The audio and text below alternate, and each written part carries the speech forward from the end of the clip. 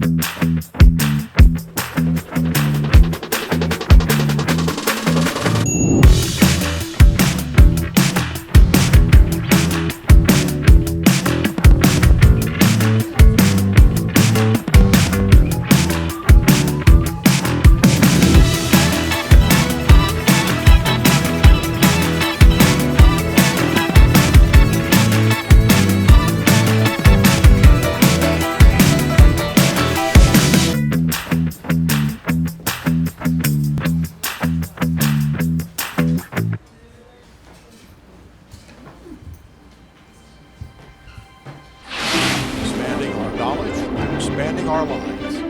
the smooth run of our daily life, and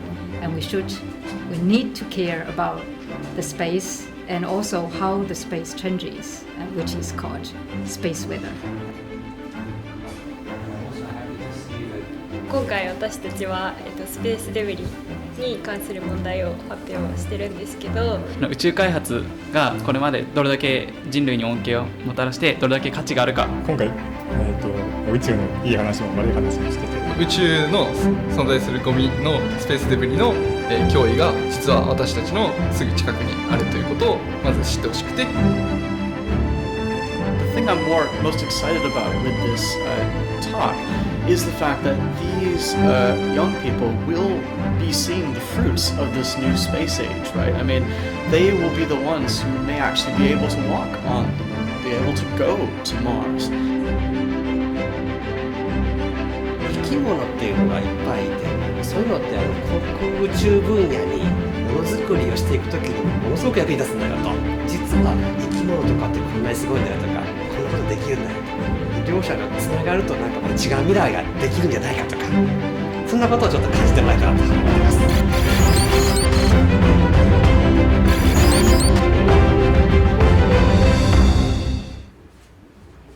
はい、皆さんこんにちは。Hi everyone. Did I get a reply? Hello. はい、ビデオいかがでした？ How was the promotion video for this event? 興味を持ってきました。Well, thank you very much everyone for joining the second Kyushu University, Kyushu U Connect event on the topic of どうして宇宙は大切なのか。Right? So we have wonderful speakers here today, and I would like to welcome you all to today only space. Okay. My name is Natalie Konomi. I'm working as a professor at Kyushu University, and today I'll be a moderator, your MC, so to say. And we don't have much time. The program is full, so I'm not going to talk much. And I will hand over right away for the opening remarks to our senior vice president, but also my co-moderator today, Professor Jan Lovens. So please.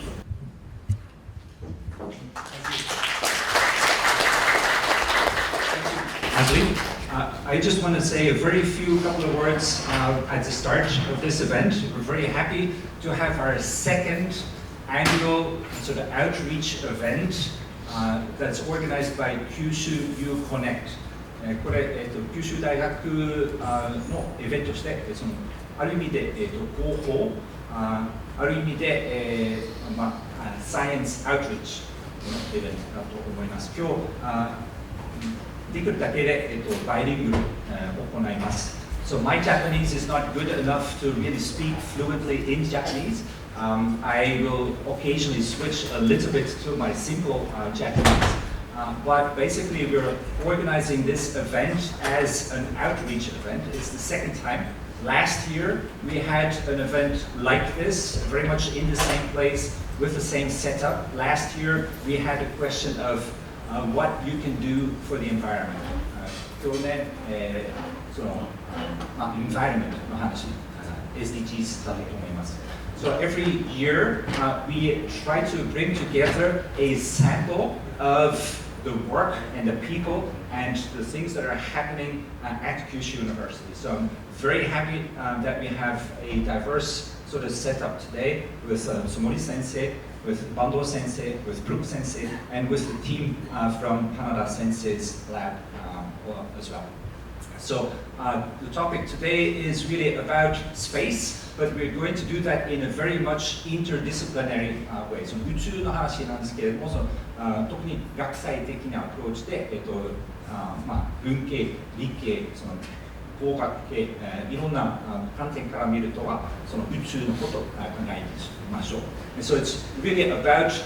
thinking in a way that touches our lives and makes connections to even everybody around us. So I'm not going to say any much more than that. I think I hope you will have a good experience. Each talk will be followed by a Q&A. So それぞれの発表の後はQ&A でぜひ2つの質問とかコメントとか意見できればと思います。So I'll be very happy to hear from you. It's very much for you, and I hope you will enjoy the event. So the more you bring into it, the more you take away from it. それだけで。Thank you very much.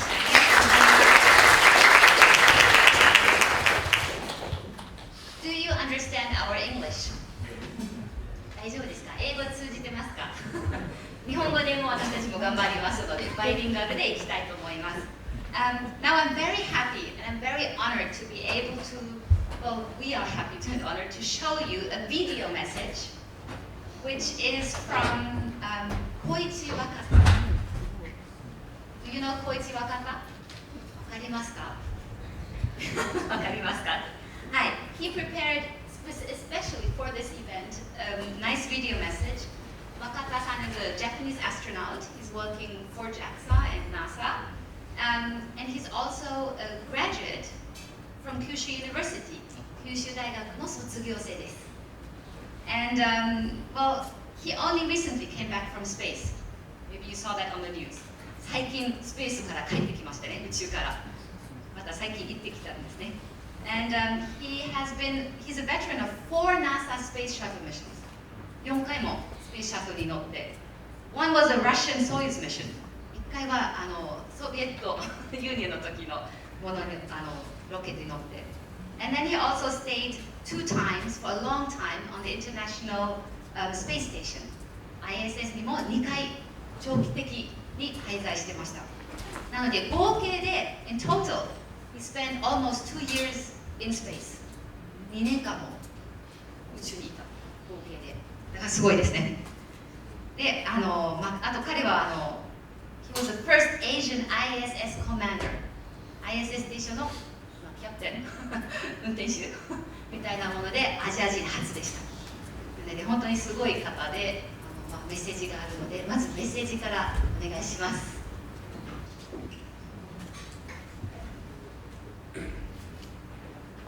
Hello everyone, and welcome to the second annual Kyushu U Connect event. Why should you care about space? I am Koichi Wakata, JAXA astronaut and alumnus of the Faculty of Engineering, Kyushu University. Kyushu U Connect. どうして宇宙は大切なのか。参加の皆さん、こんにちは。九州大学工学部卒業生で JAXA 宇宙飛行士の若田光一です。Today, you will be discussing a topic that is fundamental to all humanity, space. My interest in space began when I watched the Apollo 11 lunar landing. I was 5 years old at the time, and watching that combination of humanity's strength and ingenuity inspired me and others around the world into the field of aerospace and engineering. Kyushu University has a long history in aeronautical engineering, and in fact, it was the second university in Japan to establish a department dedicated to the study. It was one of the reasons why I enrolled. At first, I thought going to space was beyond my reach, but thanks to the international cooperation, especially in the ISS program, I was able to join the team of human spaceflight. The international team of space exploration demonstrates what humanity can achieve if we work together. I like the theme of today's event. Why should you care about space? Space can mean different things to many people. It can be an inspiration for science and collaboration. For others, it can drive art and literature. while others see it as a vision of exploration and evolution of humanity.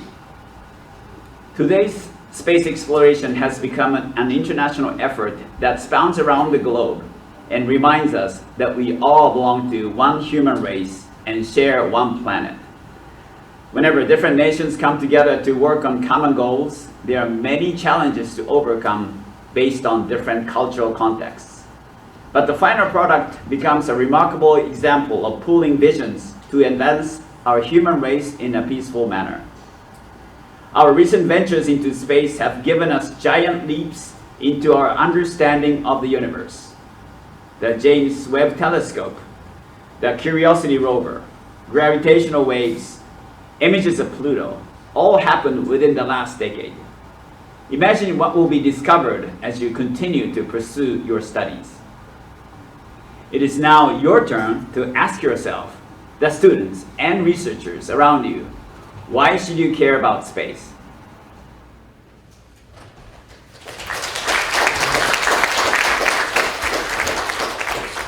We're very happy, very honored to have this message from Wakata Sensei. And I think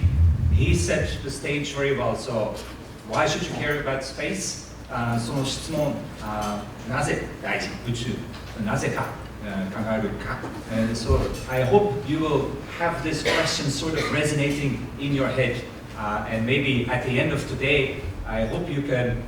give your own answer to that question. So, 今日、一日、いろんな発表とか Q&A 出てくると思いますけれども、その質問、なぜか大事とかはそう自分で、なんとなくの、返事か対応とか考えれるだったら、と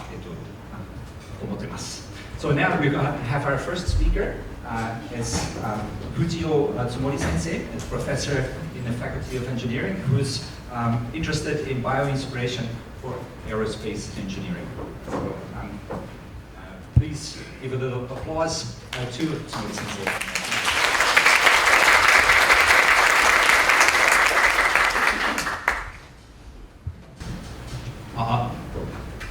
出ますか。皆さんこんにちは。先生紹介ありがとうございます。今日トップバッターということで、しかもなんかバッとさっきまで前に座ってたんですけど、商品方いっぱい若い方来てらっしゃいますので、ちょっと緊張しながら話をしていこうと思います。今日はどうして宇宙は大切なのかという、イベントですけども、私航空宇宙工学部門、右下書いています。Department of Aerospace Engineering、そういうところから来ました。で工学ということで、工学です。でここにちょっとバイオという言葉が入っています。生態の方、そういうことをちょっとお話ししていこうと思います。私工学から来たということで、工学で、宇宙というと、航空宇宙工学の大きい航空機だったり宇宙機、ロケット、こういうものがパッと皆様頭に浮かぶかと思います。実際、こういうものっていうのは、機械で、まさに工学の中心で、こういうものを開発するとエンジニアリングですね。で、今日自分のトピックのタイトルになったように、ここでこの生き物とかバイオとかいう言葉が出てくる。これどういうことなのかなというところで、今日の大体4つトピックがありますけれども、皆さん他の先生方というのは、ストレートに宇宙だと思うんですけども、結構地上のものにちょっと目を向けた話をしていこうかなという感じです。で、実際こういうふうなロケットとか宇宙機の写真の一例として、先ほどメッセージいただきました若田さんが船外活動 ISS やってる時の写真をちょっと持ってきました。でこれも見て分かる通り、非常にメカメカしい感じです。工学の水位が集まっているような、絵かと思います。でこんな絵を持ってきたんですけども、この中に、じゃあ生き物とかって感じることありますか、感じるものがありますかというところです。もちろん宇宙服の中には若田さんが生きて入ってるわけなんですけども、これ以外なんかこの絵から生き物って感じるところってありますか？何かあったりしますか？ちょっと距離もあるのはあれですけども、ちょっと一つ見ていただきたいのがこの宇宙服ですね。宇宙服のここのところとか、あとこの肩のワッペンなんか貼り付けてある。これ実はこれマジックテープ、英語ではベルトと呼ばれているものです。こんなものが使われています。で、これは実はスイスの発明家が植物種を思いついたものです。こういう植物、多分皆さんも見たことあるんじゃないかなと思います。ちょっと藪の中とか入った時に服にくっついてると。でスイスの発明家のこれオナモミですね。これ糸キャンパスの写真です。ちゃんと糸キャンパスにも。我々ひっつき虫とか言ってますけども、スイスの発明家はお盆の種だったかな。なんかこういう似たようなやつがあるらしいです。トゲっていうか鍵がついてる。でこれを見て粘ファスナーというものを発明しました。でこれ実はもっと宇宙服以外にも使われてまして、これJAXAの方のオフィシャルの、Twitter のメッセージ一つ持ってきたんですけども、人工衛星を追ってこの金色のこのコーティングっていうんですかね、これフィルムが貼り付けてあるんですけども、これどうやってくっつけてますか、簡単クイズです。これも答えまで書いてますけども、マジックテープ協力接着答え、3つ目はプロジェクトマネージャーのポストが書いてますけども、これも重要だと思うんですけども、実際マジックテープという回答です。で、宇宙空間っていうのは地上と違います。で空気もなければ温度の環境が全然違うので、接着剤の類って科学的に粘着力とかそういうものを発生させるというのはなかなか、どうなるか分かりづらい。それに比べて物理的に鍵が引っかかるというようなそういう仕組みというのはとても信頼性があると。そういうことで NASA も早いうちからこのマジックテープに着目して、実際 JAXA でもこういうふうに、人工衛星の表面につけるのにマジックテープが実際に使われているということがあります。じゃあ他にも何かないですかというところです。いろんな視点があるかと思うんですけど、ちょっとここ見てもらいましょう。これ蛇腹のようにこういったんで展開するというふうな構想です。あと宇宙機なんかだったり、これ惑星探査の、ローバーみたいなものとかっていうのは、エネルギー源として太陽電池を乗っけることがあります。太陽電池のパネルっていうのは、面積できるだけ大きくしたい。でも、ロケットに乗っけて持っていかないといけないので、できるだけコンパクトにする必要がありますよ。そういうことで折りたたみの技術というのが重要です。で、もう展開中の、太陽電池パネルの写真だったりとか、これもすでに開いてますけど、傘がくるっと丸まってるような例が挙げられます。で、こういうふうに折りたたんだものを広げるということを考えると、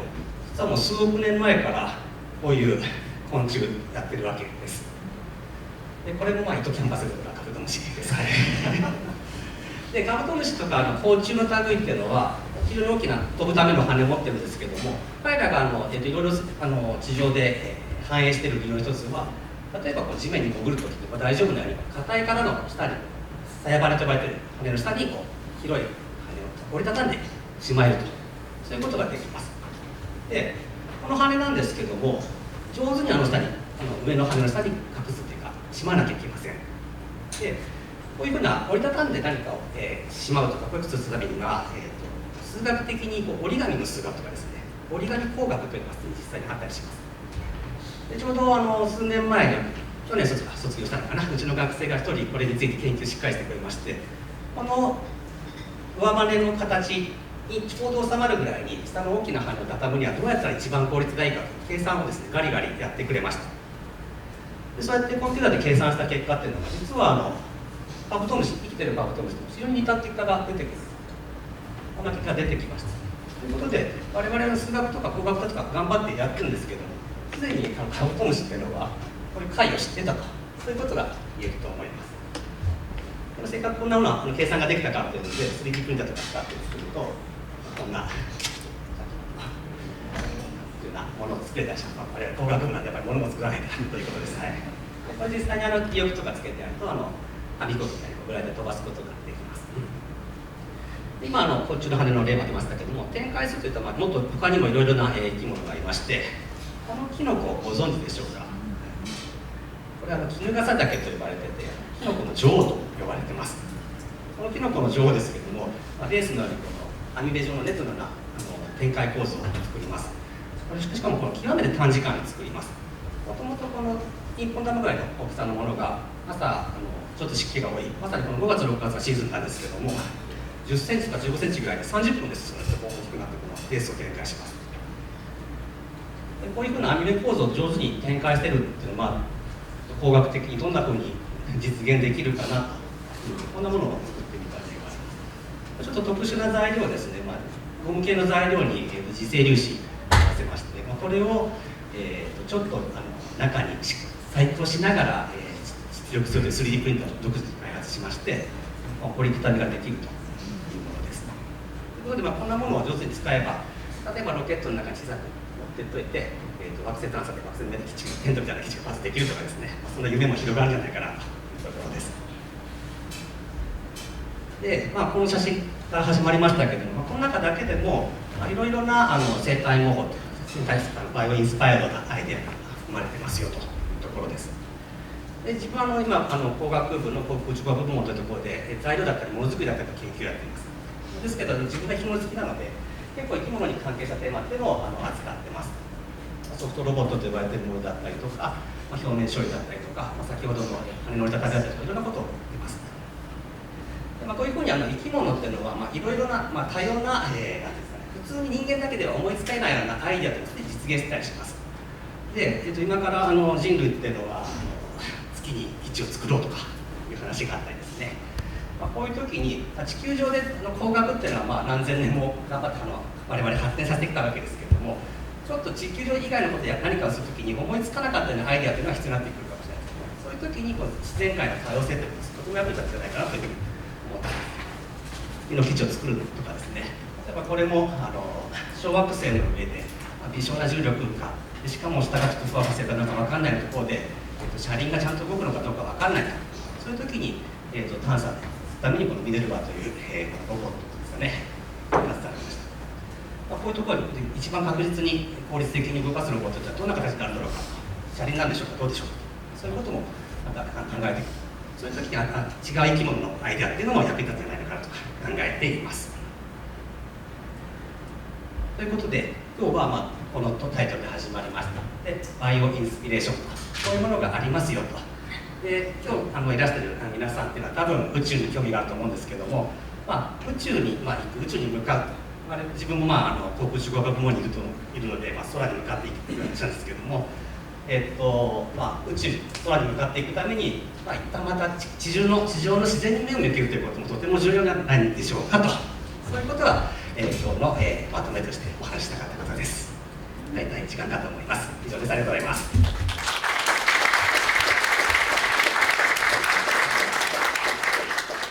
ありがとうございます。I think it's a very inspiring talk itself. I like やっぱり伊藤キャンパスは面白いところですね。So it seems like you can find many interesting bugs and plants at Ito campus and get inspiration for space. Now the event today is really sort of bilingual in nature, so that's why we asked the teachers to speak in a language that they feel comfortable and have the slides in opposite language. So Tsumori Sensei spoke in Japanese. I hope that also for people for English that you could still understand enough. For the Q&A, it's basically free. So 基本的に Q&A は、英語も日本語もどっちも OK なので、we will try to maybe parallel translate a little bit. So does anybody have a burning question for Tsumori Sensei? Tsumori Sensei の質問をお願いします。どんなことでも構いませんよ。Maybe I wanted to ask a little bit about this mushroom. There was this mushroom that had, you said something like jaw. So what is this? So why does the mushroom have that? 何のためにこれがベースがあるのか。ごめんなさい、自分そこまで詳しくないです。不合格。ただですね、これすごく匂いを出して虫をいっぱいおびき寄せます。なるほどね。See, he gave a really good answer now. So, so yeah, maybe. So this is a very scary mushroom because maybe it's actually catching little bugs, and maybe this is a type of mushroom that eats bugs. No. あ、違いますか。No? これは胞子。羽を虫に運んでもらうために匂い出します。I see. That's sort of to give a smell. so to attract boats, to bring and so take away the seeds. So to, I see. I thought it would be more interesting if it was like a meat-eating mushroom. 実際これは美味しいらしいです。中華料理で使うらしいです。高級食材。Any questions? はい、面白い講演ありがとうございました。一つ気になったのが手の上でなんかうにょうにょ動いてた多分磁性体なんですかね。しましまの磁性体のあれってどうやって動いてるのかなってちょっとクイッククエスチョン。これソフトロボットでこれだけで動くといいんですけど、もちろん種の仕掛けもあって床の下で大きな磁石が動いています。磁石を回転させると表面のところに回転した磁場を作ることができて、その回転した磁場に応じて波の変形が起こるような仕掛けをちょっと要するに作りました。そういうことです。ちょっと後ろに手品の種があります。はい、ありがとうございました。ありがとうございます。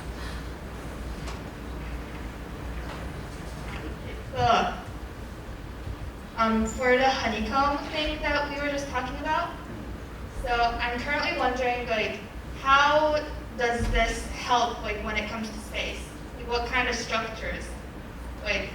I know that it's like a honeycomb structure and it folds down, but I'm still confused. Like, I get the wing thing, but I don't get like how if it collapses. Like, what kind of technology it can include in it? So for the application of the aerospace application, I also think it's difficult to use magnetic power for this kind of deploying this kind of structure. So maybe we should apply another mechanism, another power sources to use this kind of structure in aerospace. Thank you very much.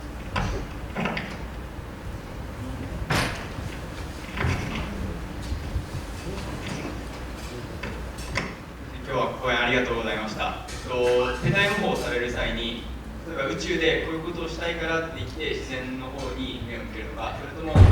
自然の方を目を向けてたら、これ使えるかもなって思って宇宙にこういうのがはい、これとてもいい出品だと思います。どちらもありえます。ただ、やっぱりなんていうんですかね、難しいのが生体模倣の研究って今すごく広まってこの10年ぐらいでものすごく数が増えてるんですけども、なかなか新しい生き物がそういう機能を持ってるということは見つけるのは難しかったりします。その一方で生き物を研究する先生方というのはこんな当たり前のような生き物が持っていることを知ってたりします。ということで今日もタイトルの中に総合値という言葉が九州の上大学のイベントでありましたけれども、そうやって違う分野の先生たち研究者たちそれとも研究者以外でしっかりしている人たちつながるということはとっても大事です。なので、研究者の人とかいうのはいっぱいいらっしゃるんですけれども、工学部で何か物が欲しいと思っている人がその人が直接生物を観察して見つけるということは自分はやりたいんですけれども、なかなか難しかったりします。だから今人と人をつなげるとそういう機会を作るということとても大切だと思います。こういうイベントもそういうことです。ありがとうございます。Maybe this idea I want to very briefly say in English as well, because I think it's a very crucial one and it's a very typical one for Kyushu University. And so I think Tsumori Sensei now refers to Sohoji, and in English we call it integrative knowledge. And it's really about making the connections to people and to society, and to bring different disciplines and different types of expertise together. And so, as Tsumori Sensei is mentioning, so sometimes an engineer doesn't know, what problem to work on or the details of the problem that somebody faces. And so, sometimes maybe a fisherman or any beekeeper or any person with a specific sort of area has issues that they would try to find solutions for. And so then if you have this specific knowledge of, say, a beekeeper and then the specific knowledge of an engineer, maybe they can work together to find some bio-inspired solution or something. So I think this つながりというの話は大事だと思います。Thank you very much. I think we still have several questions, right? One here from maybe also. ご発表ありがとうございます。今回生態模倣で例に出された生物は比較的小型の昆虫だったり小型の生物が多かったように思いますが例えば、人間と同程度あるいはそれよりも大きい魚類爬虫類哺乳類のような生物も結構生態模倣の、アイデアを入れるために使われることはあるでしょうか。ありがとうございます。どんな生き物でもあり得ると思います。で例えばソフトロボットなんかで有名なのは象の鼻っていうのがとっても有名です。骨がないあれだけ柔らかい組織で、機械的な機能をちゃんとしていると。ですけども大きいものっていうのは比較的昔から扱われてきたというのもあります。特に顕微鏡で見なければいけないもので小さいものとかっていうのが最近ますます注目を集めてたりします。ただ大きいものがじゃあもう全部調べ尽くされているかというと必ずしもそうではないので、そっちは無視できないというのはもうその通りで、大きいのでも小さいのでもどんなものでも役立つものがまだまだあると思います。ありがとうございます。さっき説明していただいたものは全部生物を模倣して、磁石だとかそういうのを使ってやってると思うんですけど、例えばわざわざ今その細胞とかも器官組織とかを作れるようになってきてるからわざわざ模倣しなくてもその組織自体を使って筋肉みたいなのを使って利用することができるんじゃないかなとも思ったんですけど、そういうのは難しいところがあるんでしょうか、宇宙とかだと。素晴らしいアイデア、ありがとうございます。いろいろなアプローチがあります。実際こういうふうなロボットを研究してた人でも最近は例えば筋肉の細胞を培養して実際に使うとかですね、再生ができるような生き物そのまま細胞を使ったロボット機械だったりということをやってる人もいます。そうですね。で宇宙空間で使おうと思ったらもちろんそういうふうな生体細胞っていうのは使えないわけですよね。で生体模倣の話今回したんですけども、時々勘違いされるのがバイオミミクリー素晴らしいという話をすごく自分がアピールするともう生体にこそ解があると生体を実現できればいいなみたいな方向になってしまうこともあるんですけども、我々は鳥を見て最終的にはジェット機なんだったりともう鳥以上のものを作り上げてくることができたわけなんですね。なんで、生体模倣を目指しつつもやっぱり今まで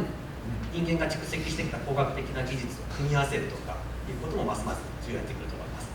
でその中の一つとしてサイボーグ的な話ですね。先ほど言った生体組織みたいなものを直接工学部品として使っていくというのはまだまだ可能性はありますし、やってる人もいっぱいいます。すごく難しくてチャレンジングなエリアだと思います。So later we will also have the opportunity to have three discussions. So basically in this first set we will have the 4 presentations with each time just about 10 minutes presentation and then Q&A. But after the 4 talks, after the complete set of 4 talks, we will have the teachers in different rooms and very easily approachable. So that time you can easily ask Tsumori-sensei much more detailed questions. So one I want to ask maybe at some point later is whether you can make some kind of Spider-Man for space, because I think I'm really sort of interested in Jorogumo, because we have these really amazing looking spiders on Ito campus. I was kind of expecting you to show this Jorogumo. And I'm really interested in sort of this idea of how do you call it, this thread, right? Because that must be very powerful. So maybe something. We'll ask that later. But I want to say thank you very much to Tsumori-sensei. ありがとうございます。Go straight away to our second presenter, and I must say a very, very special thank you to my Bando sensei, because a little bit of background, we were supposed to have a talk by Dr. Kyushu U, and she was going to talk about space weather, but as it happened, it's more like Earth weather that prevented her from coming here. She's stuck in the United States at the moment. she was not able to get her flight for today. And so instead of having a talk by Dr. Kyushu U on space weather, we are extremely lucky to have another professor. We have so many brilliant professors at Kyushu University, so we could just look at the list and have extremely lucky sort of Mai Bando sensei. She has her office 2 offices away from Tsubari sensei, and she's also good friends with Kyushu U sensei. So we know Kyushu U sensei now owes a favor to Bando sensei. But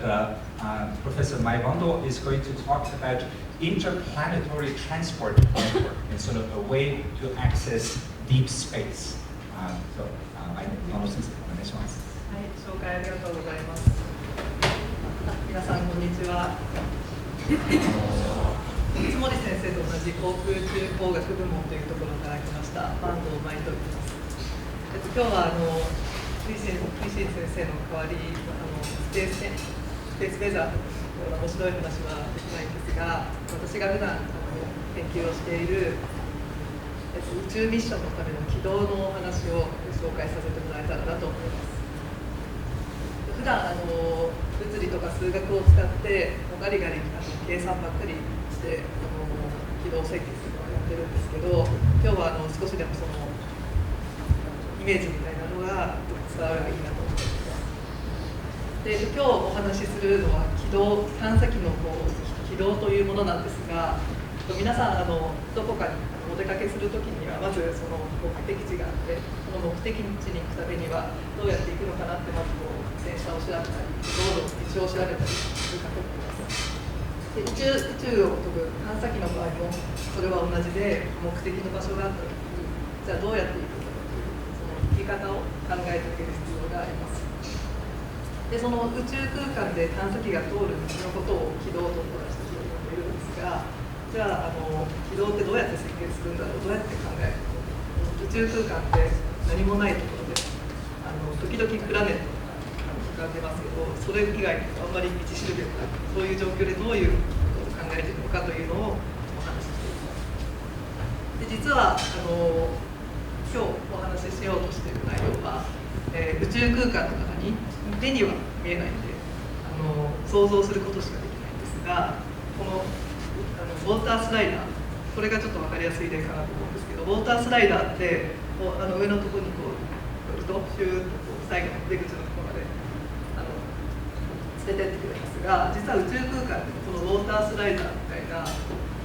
重力を使った面白い構造がありまして、こういった軌道設計が最近の研究ではいろいろと分かってきて、積極的にこういうものを使った軌道設計というのを行っています。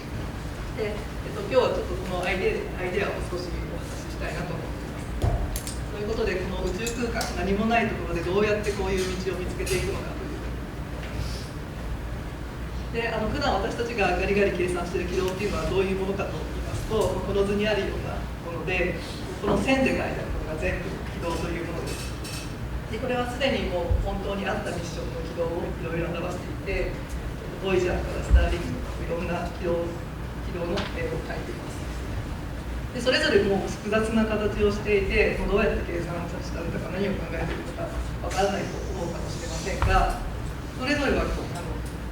ろいろな考え方はあるんですが、基本的にはシンプルな考え方でそういうのは設計されています。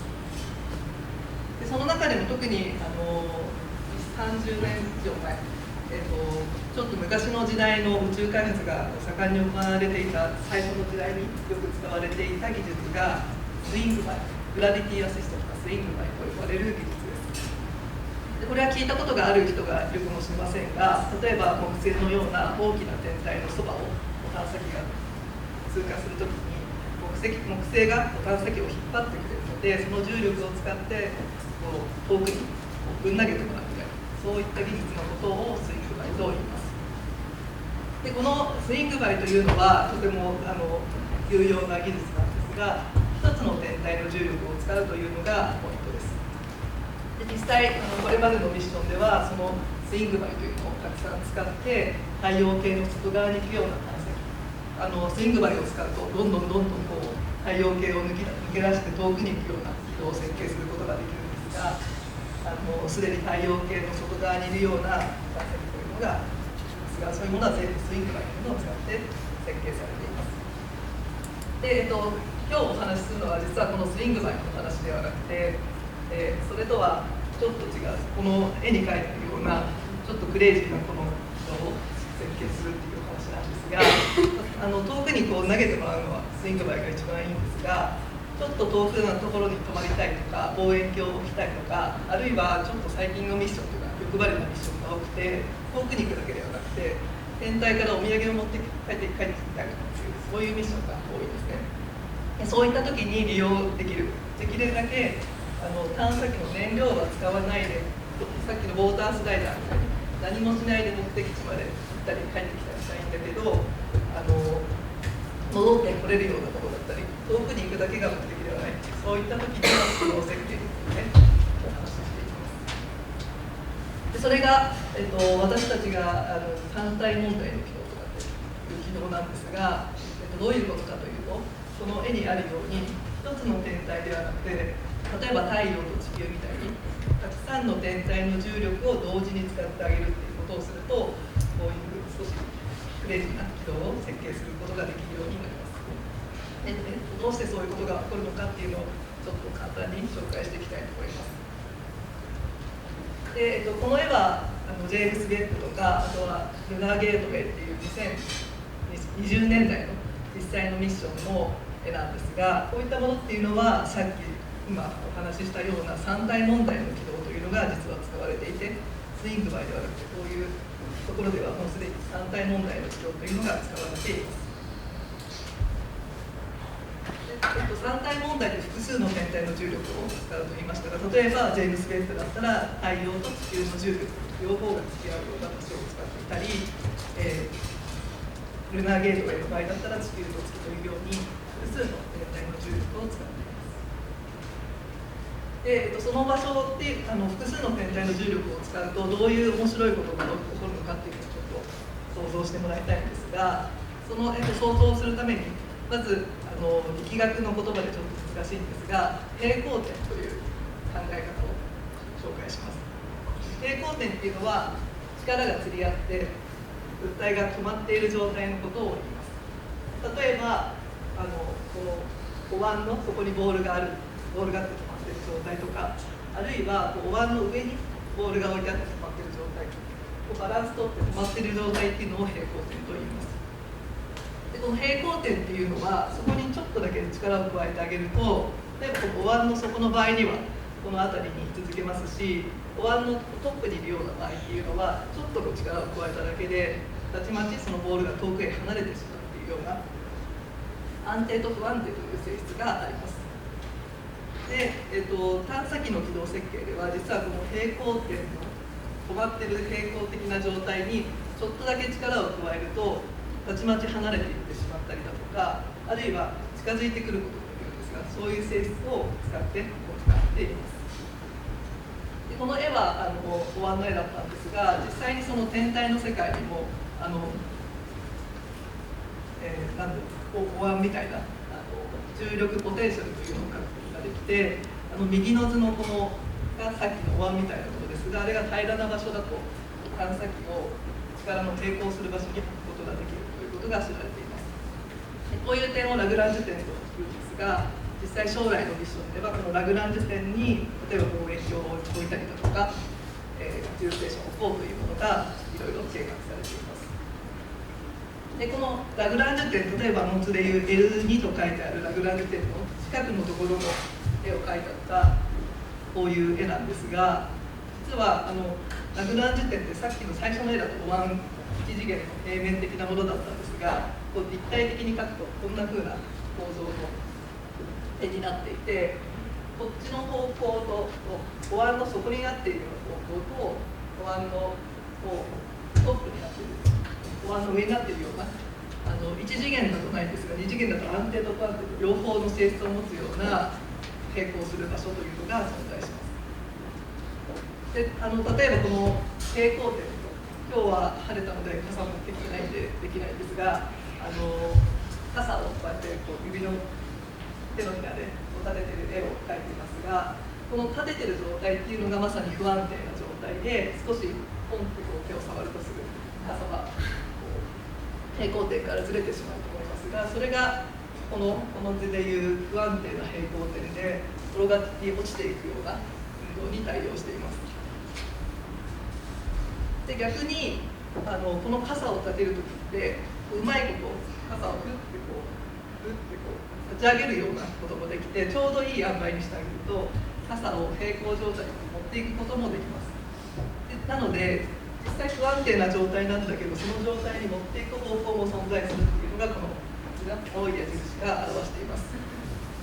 でこういうその二次元的な空間で見てみると安定にすることも持っていくこともできるし、そこから少しの力で離れることもできるという性質が宇宙空間では大きく出てきたので、例えば、太陽と地球の力が釣り合う場所がここにあったとしたら、ここからほんの少しの力を加えただけで遠くの天体の方に向かっていく軌道というのが設計できるようになります。で、この概念をもうちょっとその高次元の、軌道で書いたのがこの図なんですが、ここにこのぐるぐる回る平行点のような軌道があって、そこに向かって近づいてくる軌道とそこから離れていく軌道というのを、さっきの平行点と同じように考えることができます。でこうやって高次元にしてあげると、このチューブのような赤とか青で描いているのがチューブのような構造になるんですが、このチューブに探査機を乗せてあげると、そこからほんの少しの力で遠くへ行ったり、あるいはその状態に遠くからヒュッとこうやってくるということが可能になります。で一番向こう側の図では、例えば地球が真ん中にあって右に月があるんですが、月の方に向かって何もしないでもこう近づいていくような軌道があるよというのを書いています。でその、軌道が近づいていく様子っていうのがなんとなく想像しづらいんですが、例えばこういう軌道から近づいていくじゃなくと、少しの力を加えて離れていく軌道を作ろうとしているんですが、このアニメーションのように最初はこの場所にこの点線の軌道上にいるんですが、ほんの少しの力を加えてあげるだけで、そこから遠く離れてわーっと発散していくという様子が分かるかと思います。でこうやって出てきたこのチューブみたいな軌道をつなぎ合わせて軌道を設定していくというのが、このたくさんの天体を使った軌道設計の考え方で、例えば、チューブとチューブをつなぎ合わせることで、ある平行状態から他の平行状態に持っていったり、あるいは太陽と地球の重力の平行点から地球と月の重力の平行点、違うシステムの平行点を行き来したりだということが可能になります。でこういう考え方が、こういうことがこういうチューブのような構造が実は宇宙空間にはたくさんの天体がありますので、太陽と木星の作るチューブ、太陽と地球の作るチューブがたくさんありますので、そういうものをつなぎ合わせると、実はこの宇宙空間の中に目には見えないんだけど、この天体の重力が作るチューブがこう張り巡らされていて、でこのチューブを渡り歩いていくことで遠くの天体にアクセスできるというような、こういう考え方を使って設計をしています。ということで、これまとめのスライドになりますが、難しそうに見える軌道設計なんですが、ミッションの目的に応じてたくさんの天体の重力をうまく使ったチューブという設計をしてますよという、紹介でした。以上です。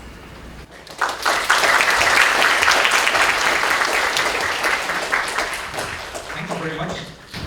This very exciting sort of almost it goes almost toward science fiction field. 質問とかコメントとか、知りたいこと、ぜひ今のところお願いします。発表ありがとうございました。非常に面白い、内容で面白くさせていただきました。スイング前の話などは、以前から耳にしていて、で今回そういった話なのかなと思って初めて聞くような軌道の話で、それでちょっと気になったことがあったんですけども、この日鉄間の構成だったり惑星の重力を利用して、移動するという制限だったりはあったりするんでしょうか。例えば、太陽と、地球の、重力を使ったりという話があってですね、それは、例えば太陽が、大きな恒星だから、それが利用できるのであって、例えば通常であれば、隣接した、惑星や恒星同士でしか利用できないとか、そういった制限だったりはあったりするんでしょうか。ありがとうございます。はい、そうですね、基本的には大きな天体が2つあると、その天体の重力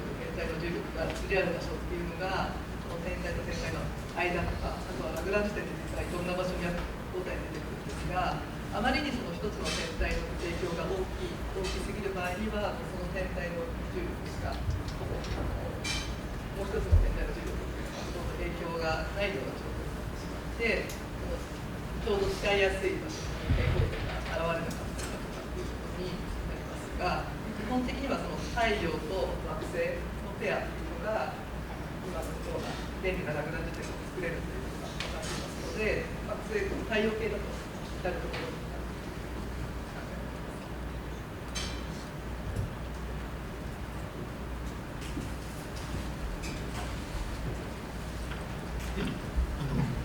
宇宙のことについては初めてとても楽しく聞いておりますが、このチューブっていう考え方初めて聞きまして、見えないところにそういう管があるのかなというので非常に驚かされたんですが、そのチューブの範囲っていうのは銀河系、例えば太陽系だったらチューブはかけるけど、太陽系からどこか行く場合に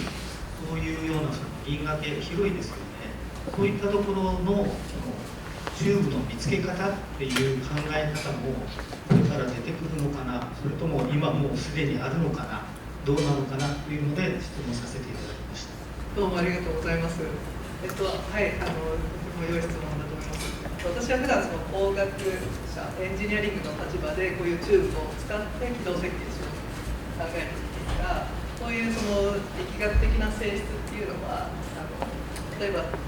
水星がどこからやってきたのか、あるいは小惑星がどういうふうにそういうところを説明するために研究されていまして、例えばその太陽系の外からやってきた惑星が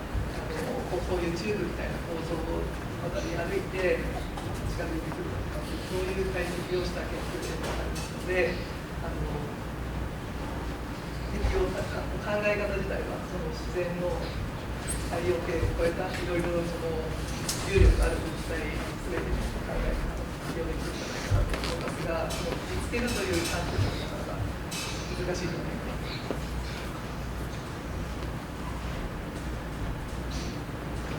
興味深い講演ありがとうございました。チューブに使ったんですけど、それは例えばそこに乗っていた衛星とかが全く動かさなくて、エネルギーを発してなくても、こういった時点ですでに出るのか、それはなんか制御しながら動くのかっていうのと、平行点になった時にちょっと力を与えるだけで僕に働いたり力を与えるっていうお話があったんですけど、その力を与えるっていうのは具体的にどういう意味なのかを教えてまずその1つ目の質問なんですが、チューブの中に乗せてあげるっていうのはどういうことかというと、チューブっていうのは場所が決まっていて、まずチューブの場所に宇宙機を乗せてあげる必要があって、でさらに場所だけではなくて、そのチューブっていうのは軌道などで決まっている。なのでその場所に乗っていって、その速度とぴったり同じ速度に合わせてあげると、あとはその後は何もしない。あとはどこまで運んでくれたりするっていうことになるんですが、実際にはそこにこの状態そのチューブに乗せてあげるために速度を変えるためのエネルギーを少し使ったりだとか、そういうことは必要になります。で、あと2番目の質問ですが、その平行点にいる状態っていうのはその不安定な方向というのはもうほんのちょっと動かしてあげるだけで、実際は本当は遠くに行くためにはたくさんのエネルギーを使わないといけないんですが、それとは比べ物にならないので、少し鉄道っていうやつがちょっと与えてあげるみたいなイメージで、重機の場合には少しだけインパルス的な化学推進を動かして平行点から少しだけ離れてあげることを実際の運用ではそういうことになります。ありがとうございます。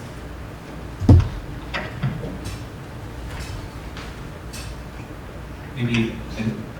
want to say a couple of words in English as well. I think one of the questions that the gentleman asked, I was similarly surprised to hear that there exist such tunnels. I also am very clueless about space, and I always had an image of zero gravity. And so like it's vacuum, there's no gravity. But from this presentation, I can understand that in hindsight it makes sense, of course, because when we talk about things in orbit around a planet, they must be kept in orbit because of some kind of gravity. And so how do you measure gravity in space? And so it means that you have a whole landscape of different gravity or gravitational forces all over space. And so how do you measure that?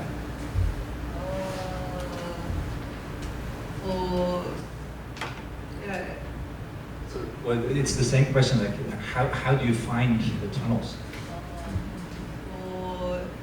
In simulation, if we know the location of the planet, we can compute the gravity. But, for example, if there is a small asteroid and then takes very complex gravity field, so then we need to inject the spacecraft and do the complete motion to measure the trajectory. Then we can inversely compute the gravity. Exactly. But now I start seeing all kinds of flying objects inside my head. Trying to see, because it's true, like you can sort of know where the planets are, and you know objects that, but you also have, as you mentioned, the sort of asteroids or satellites or whatever kind of goes. So the whole gravitational landscape of space is also very dynamic. Yeah. So does that connect a little bit to the space weather kind of thing that Kyushu U Sensei was going to talk about? Or is it no connection? Is that similar research field, or Sensei a little bit? Yeah, to observe the space weather, we need to get some spacecraft to observe the activity of the sun. And to do that, the spacecraft use a Lagrangian point. Yeah. So I wonder, so a research question, so how do you do your research? Is that, do you think, is it theoretical work? You're making all these models based on data that you get from different agencies, or do you collaborate with teams to actually get new data? Yes, to compute the trajectory, we can start with a theoretical model and then compute the more accurate model with the data of the planet. And we often collaborate with people to find the new trajectories. Great, thank you very much.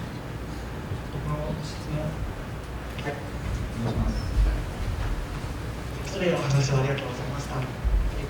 以前から気になっていたんですけど、機動例が観察者がこういう時にどうしても誤差が生まれてしまうと思うんですけど、130年かかりある望遠鏡とかですと、少しの誤差でどんどん広がっていってしまうかなと思うんですけど、そういう誤差は大体何年ぐらいまで予想されるものなんでしょうか。実際その探査機が搭載しているそのマヌーバーの能力に応じて許容できるその誤差っていうのが決まってくるのかなと思うんですけど、その誤差っていうのはどんどん時間とともに大きくなっていくものなので、さっきのそのマニフォールドチューブを使って遠くに行けるのと同じように時間が経つとどんどん大きくなるものなんですが、逆に時間が早いうちに修正しておく場合には小さな修正量でことになって、その誤差が大きくなる場合にこまめに修正しておくと大きくならないですので、基本的にはその何日に1回とかっていう決められた時間で誤差を修正するっていうような運用をすることで誤差が大きくなりすぎてしまう防ぐっていうことをしています。でその何キロっていうのは観測が持っている動力で。ございます。ありがとうございます。Okay, one more question. こんにちは。私、50何年と昔大学の方で専門物理をやってました。で、この時はワームホールがメインで話したりとかしてた時期なんですけども、もちろんスイングショックとスイングバイングやってたんですけど、この話を初めてしました。で、ちょっと気になったのが、どの程度のことを考慮しなきゃいけないのか、例えばそのソーラーウェイを考慮しなきゃいけないのか、それとも磁場とか、その辺はそのシミュレーションの中に考慮されているのかどうかというのはちょっとおっしゃったかもしれないんですけど、ちょっと聞こえなかったんで、できたらよろしくお願いします。その天体ごとに例えばその地球の周りの軌道を計算するときにコーディングのところまでは考慮しましょうとかということはあるんですが、このチューブの話っていうのは結構2つの天体の釣り合う場所でプラネットから遠く離れた場所であることが多いので、このチューブの計算っていうのはほとんどそういうプラネットという軌道関係を考慮しないで計算することができます。Thank you very much. I think we'll have time later to have more detailed questions, and you'll have a chance to approach Bano Sensei with your comments and questions in the free discussion. But I think now I want to say thank you, Bano Sensei, for your talk.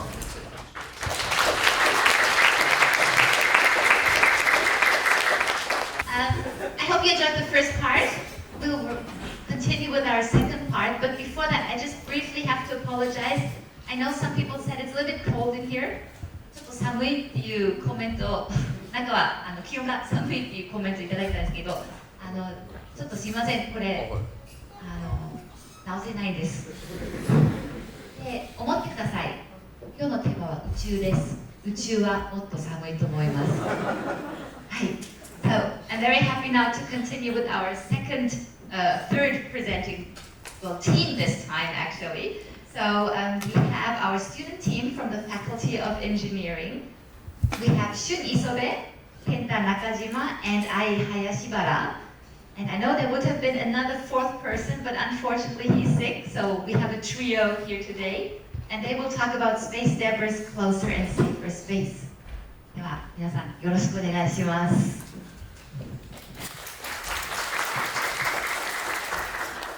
ありがとうございます。九州大学の坪井先生と松尾先生と同じく航空宇宙工学という分野からやってきました神田研究室の学生です。今日は、それにありますようにスペースデブリ、宇宙を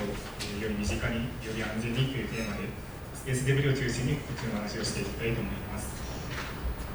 最初に自己紹介をしたいと思います。まず、今喋っているのは中島と言います。今司会をしています。で、今日の発表をしてくれるのが隣にいる磯部君です。で、質疑に答えてくれるのが林原さんです。はい、今日家事学は別ということでお休みですが、今日3人でやっていきたいと思います。で、僕たちが所属しているカナダ研究室というのは、上に書いてますが、人類はこのまま宇宙開発を続けられるかという点で、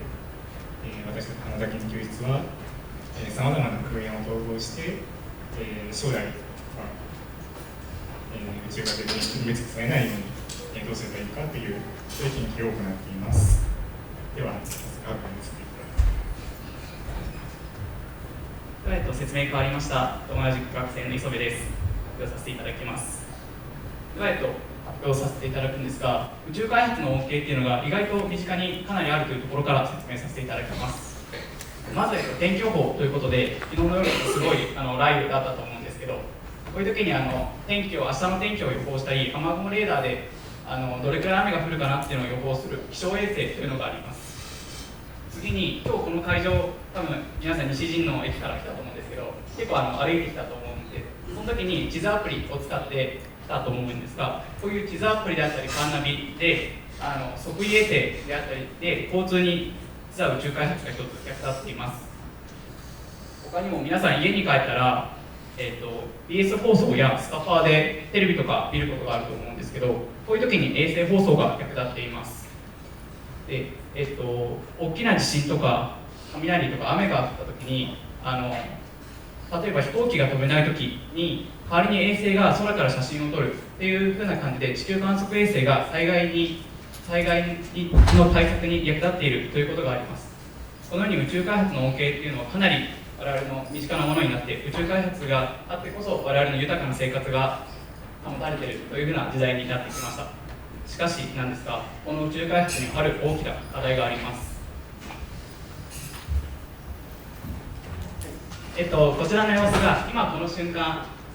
地球の周りにどれだけの人工衛星であったり物体があるかっていうのをシミュレーションしている映像になっています。すごくたくさんあるんですが、なんとこの白い点の半分以上がもう実際に使われていないスペースデブリ、宇宙にあるゴミとなっています。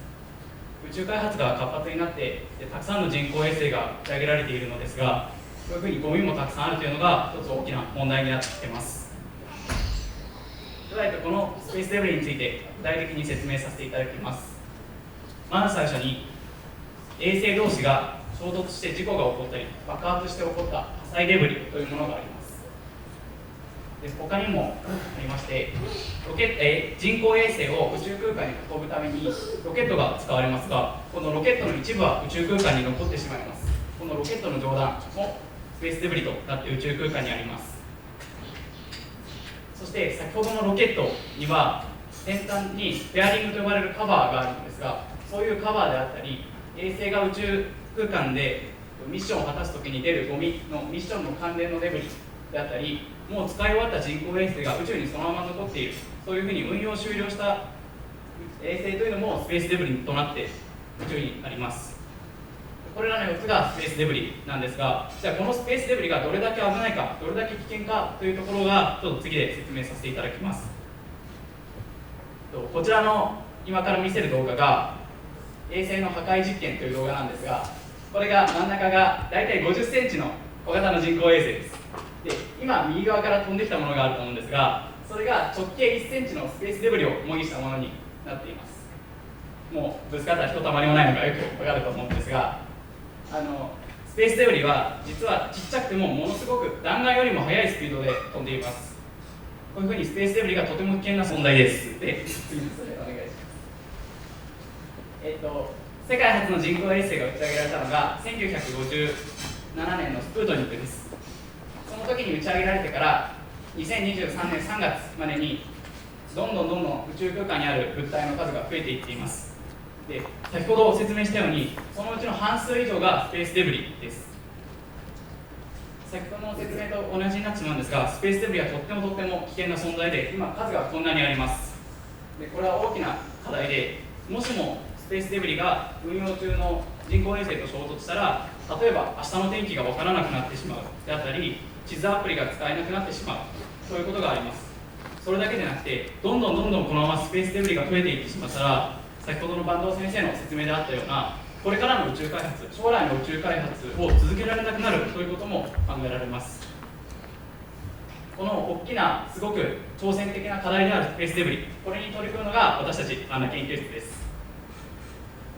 では、ここから具体的に私たち花田研究室がどういうふうなアプローチでスペースデブリの問題に挑戦しているかというところを説明させていただきます。まず、一番左上の観測測定というところから説明させていただきます。まず最初に今宇宙空間にスペースデブリがどれだけあるかというところを知らなければいけません。ということで望遠鏡やレーダーを使ってスペースデブリがどこにどれだけあるかというところを観測し、スペースデブリを特定します。次にモデル化予測ということで、今後スペースデブリが衝突や事故が起こって増えたり、これからどんどん宇宙開発が進んでいったときにどれだけスペースデブリの数が増えていってしまうかというところを予測していきます。次に防護ということで、スペースデブリがどこから飛んでくるのか、どういうふうに飛んでくるのか、どういうふうにぶつかるのかというのを研究して、どういうふうに防護すればいいかというのに役立てます。最後に除去低減ということで、じゃあ実際今あるデブリをどうやって捕まえて、どうやって除去するか、じゃあどのデブリを捕まえるかであったり、これから先スペースデブリを減らすにはどうすればいいかというところを研究しています。まず今日の発表ではこの一番最後に説明した除去低減について、除去低減の中でもどうやってスペースデブリを捕まえて地球に落とすかというところを説明させていただきます。このスペースデブリを減らす方策は大きく大事なところは2ステップに分かれます。最初にスペースデブリをどうやって捕まえるかです。今考えられているのがネットで捕まえるであったり、ロボットアームを使って捕まえるということが考えられています。で、捕まえた後にそれを実際に地球に落とさなきゃいけません。どうやって落とすかというと、車と同じようにスペースデブリのスピードを落としてブレーキをかけてあげて地球に落としていきます。で、その方法はいろいろ考えられているんですが、一つが大気抵抗を利用する方法。宇宙空間にもほんの薄い少しではあるんですが大気抵抗があり、それを使って地球に落とします。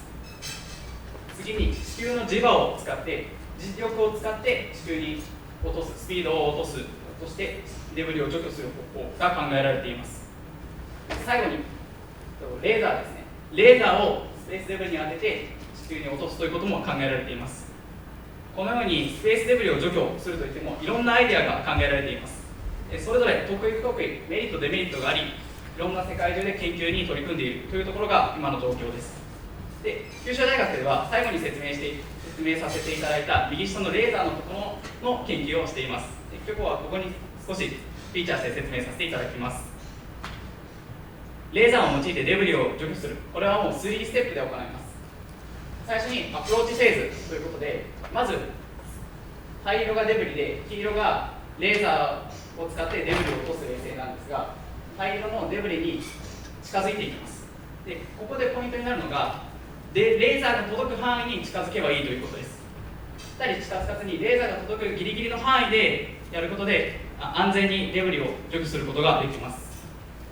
で、次がアティチュードコントロールフェーズということで姿勢制御フェーズです。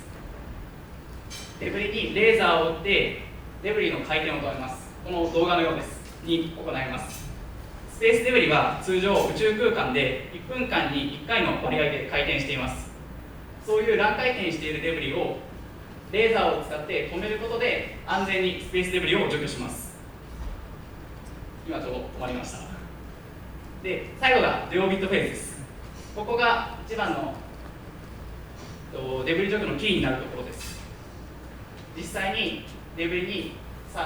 に向かってレーザーを打ってどんどんデブリのスピードを落としていきます。その時にデブリの表面の物質を燃料とするため少ない燃料で効率的にデブリを除去することができます。今はそのデブリ除去の中でもレーザーを使ってデブリ除去について説明させていただきました。ですが課題は他にもたくさんあります。レーザーを使ってデブリ除去するときに一体じゃあどのデブリを除去すればいいか、どれが危なくてどれが危なくないのかであったり、早急にデブリがぶつかりそうなのかぶつかりそうじゃないのかということを考える必要があります。そのためにはデブリの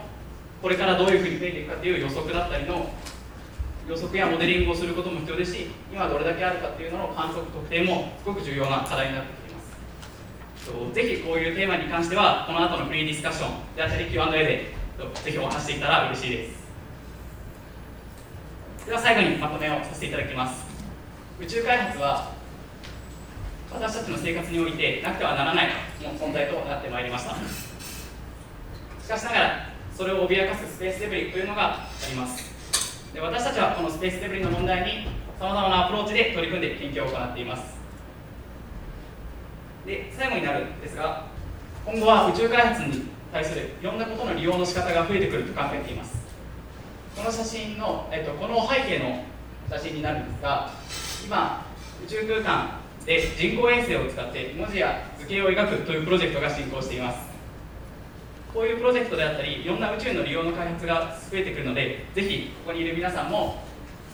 こんな感じで宇宙をどうやったらうまく使えるか、どうやったら利用できるかっていうのを考えていただけるとすごく嬉しいです。以上で発表が終わります。 Thank you very much.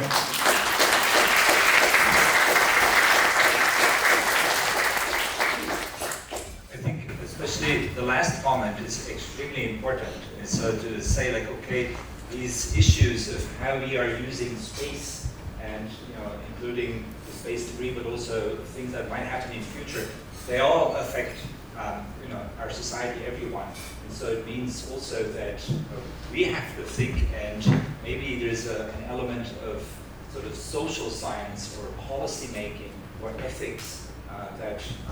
is part of this debate or this idea of thinking about space. So it's very important. Thank you very much. I want to also very briefly introduce Hanada Sensei to Professor Hanada, who is actually the professor who has trained these teachers. So I want to say Hanada Sensei, omedetou gozaimasu. These are really brilliant students. So thank you very much.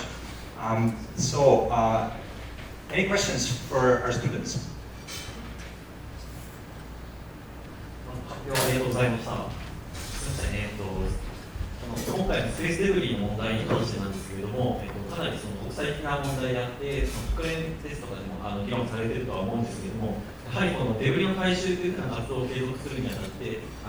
資金が必要になってくると思うんですけれども、多分一番最初の方ですと、公的な資金を用いてデブリの回収を行っていくというふうなのがメインになってくるとは思うんですけれども、このようなその回収という活動を継続していくにあたって、何かその継続的に資金を獲得できるようなビジネスモデル等っていうのは今考えられたりされますか？ご質問ありがとうございます。今一番現実的と思われている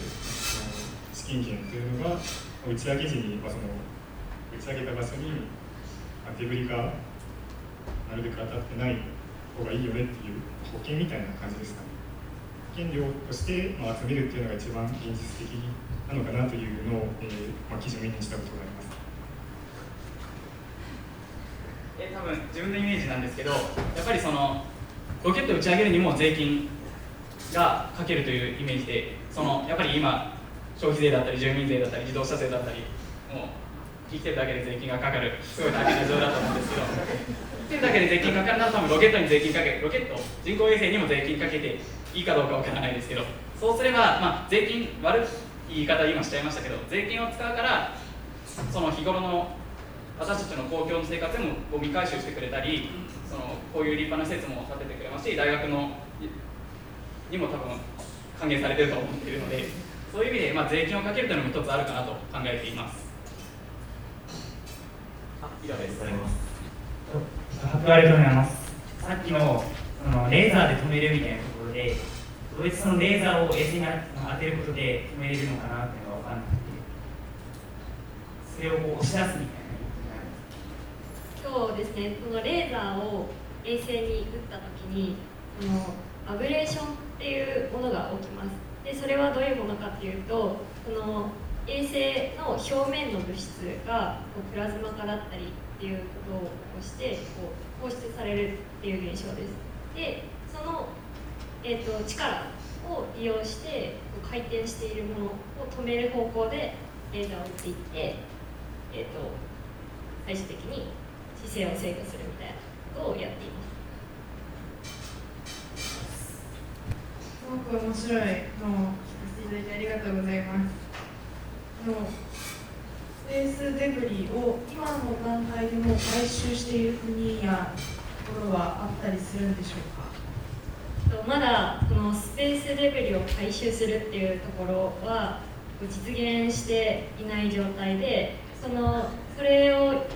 今後どんどん行っていくためにいろんな研究、いろんな方法を今研究している状態になります。発表ありがとうございます。宇宙開発今進めていると思うんですけど、宇宙開発とこのデブリの回収って絶対開発して打ち上げてデブリが発生するっていう方が早いと思うんですけど、現実的に宇宙開発を一回止めてデブリの除去に取り組むべきなのか、まだ開発を進めて何十年か先で技術が整った時にデブリを一掃するっていうので、どっちが宇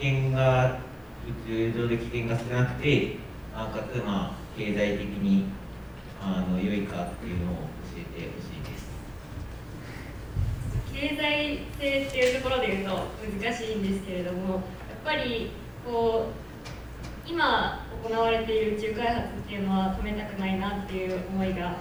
私としてはあります。で、それをじゃあ、続けていくってなった時に、その技術が進歩するのを待ってデブリを回収するっていうデブリの回収除去っていうところを待ってていいのかっていうとそうじゃないと思っていて、やっぱりそこの技術はずっと開発を続けていくべきなんじゃないかなというふうに思っています。で、今ちょっと考えられているのは今後打ち上げる宇宙機に対しては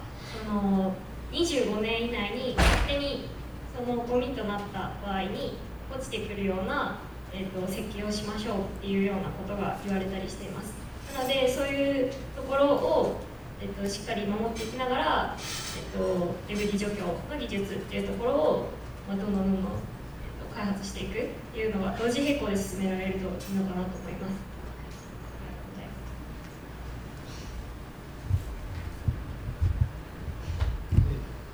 2つ質問があります。どうも発表ありがとうございます。1つは、デブリって所有権があるのかどうか。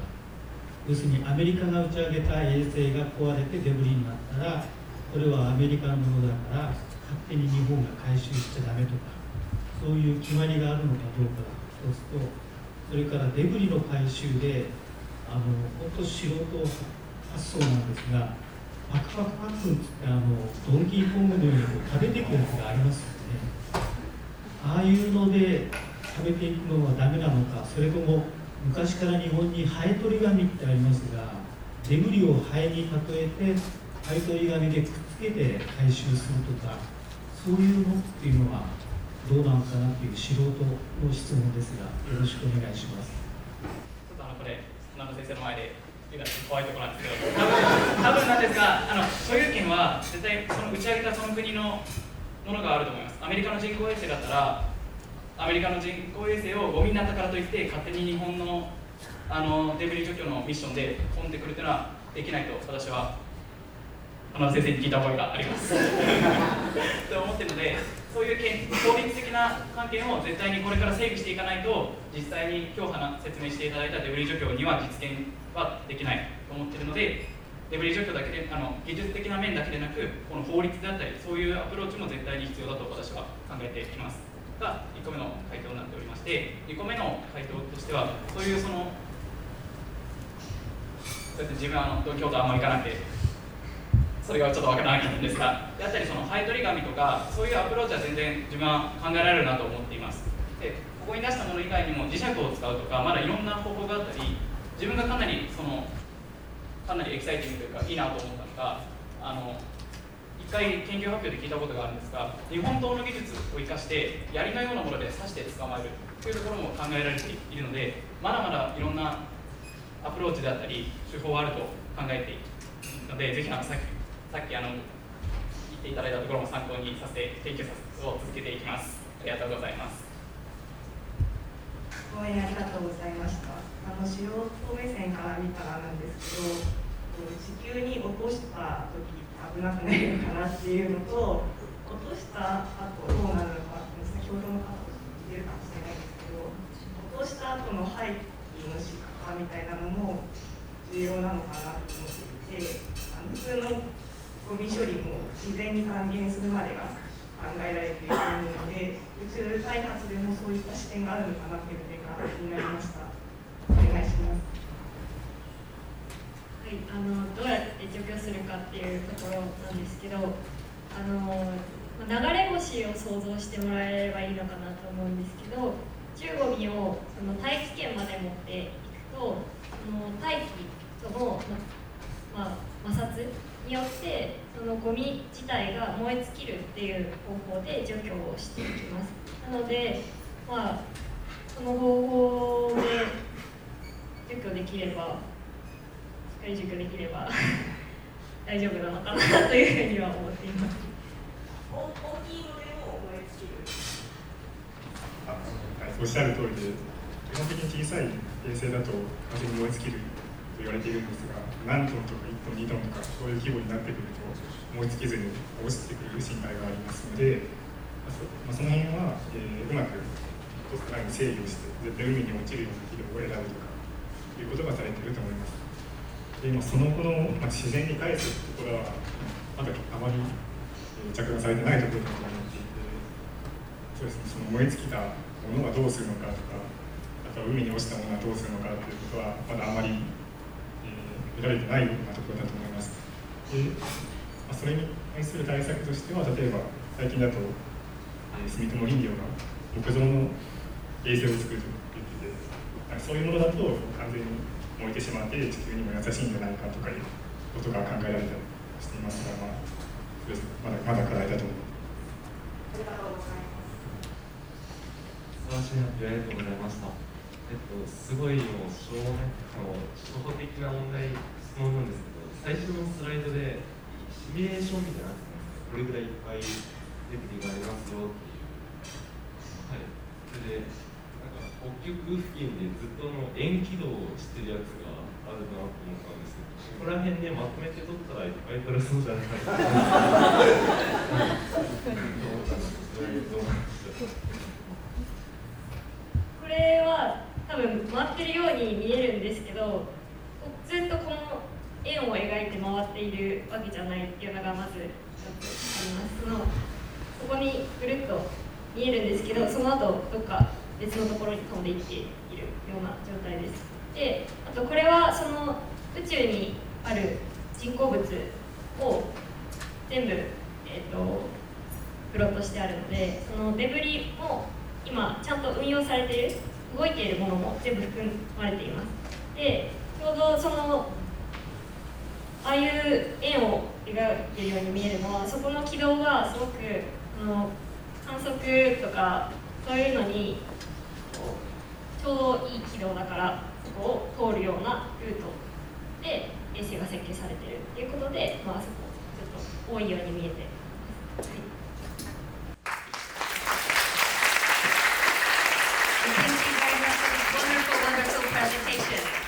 ありがとうございます。One final comment from my side. I really hope that we don't have to have the space advertisement. I don't want to look in the sky and see a company name there, even if it was Kyushu University logo. やっぱり星空みたいです。あんまり会社の CM 見たくないですね。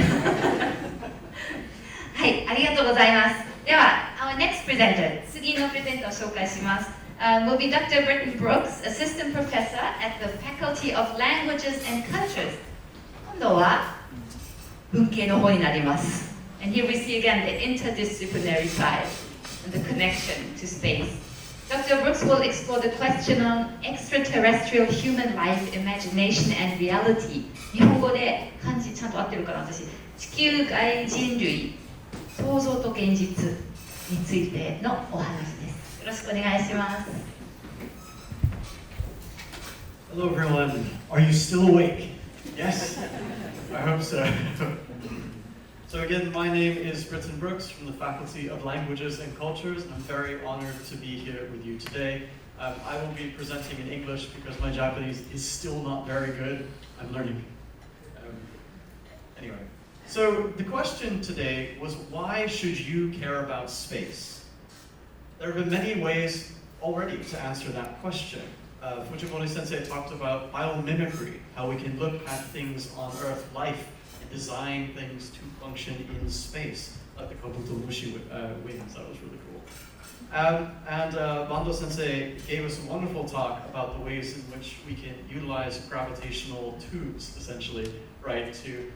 propel our spacecraft into ever more interesting things in the universe. And our amazing student panel with the cool graphics, especially the kind of terrifying amount of space debris flying around Earth, showed us again the kinds of technologies we can develop that allow us to explore space safely without being struck by little bits and bolts flying through space. Today, however, I'm going to start with the beginning. Humans have always cared about space. Long before we knew of stars, planets, galaxies, black holes, nebulae, and dark matter, we looked up, we imagined, we dreamed.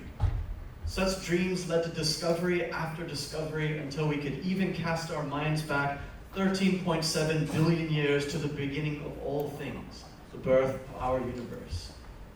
But at the same time, such dreams led to story after story. Tales of gods, kami, angels, demons, giants, beings of light and darkness, and now, increasingly, of humans, of people living amongst the stars. With the rapid progression of technology, we now have concrete plans to expand our reach in the solar system, mine for resources, and even settle off-world. For example, NASA's Artemis mission is designed to lead to permanent settlements on the moon, with the first human flyby of the moon in November of 2024. This is meant as preparation for further exploration and eventual human presence on things like Mars, something which Elon Musk's SpaceX has made its driving goal, focusing on not just presence, but full-scale colonization of Mars within the century. I'm not sure I buy that, but it's a nice idea.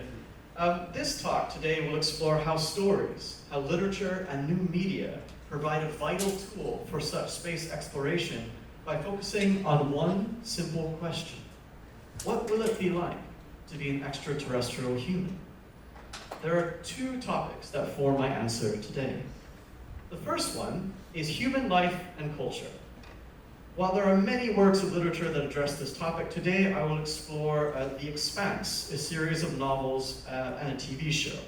It takes place around the year 2350, so about just over 300 years from now. And in the series, humans have colonized our solar system with populations on the moon, on Mars,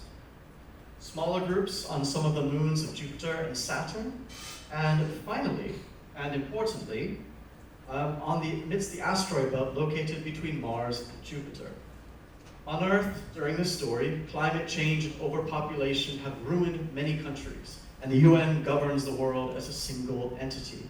Many humans live in poverty, and resources like metals and fresh water are scarce.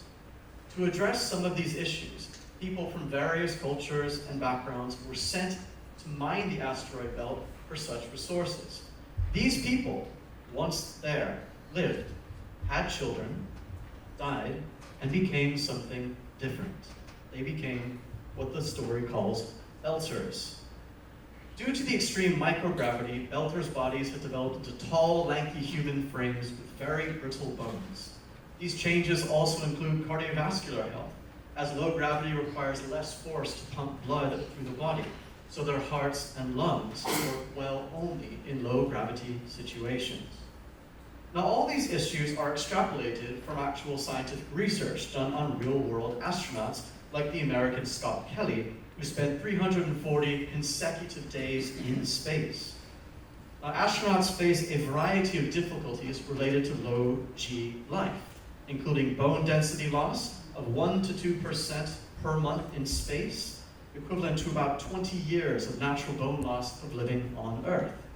Not to mention genetic damage from radiation that leads to many other health problems, including various cancers.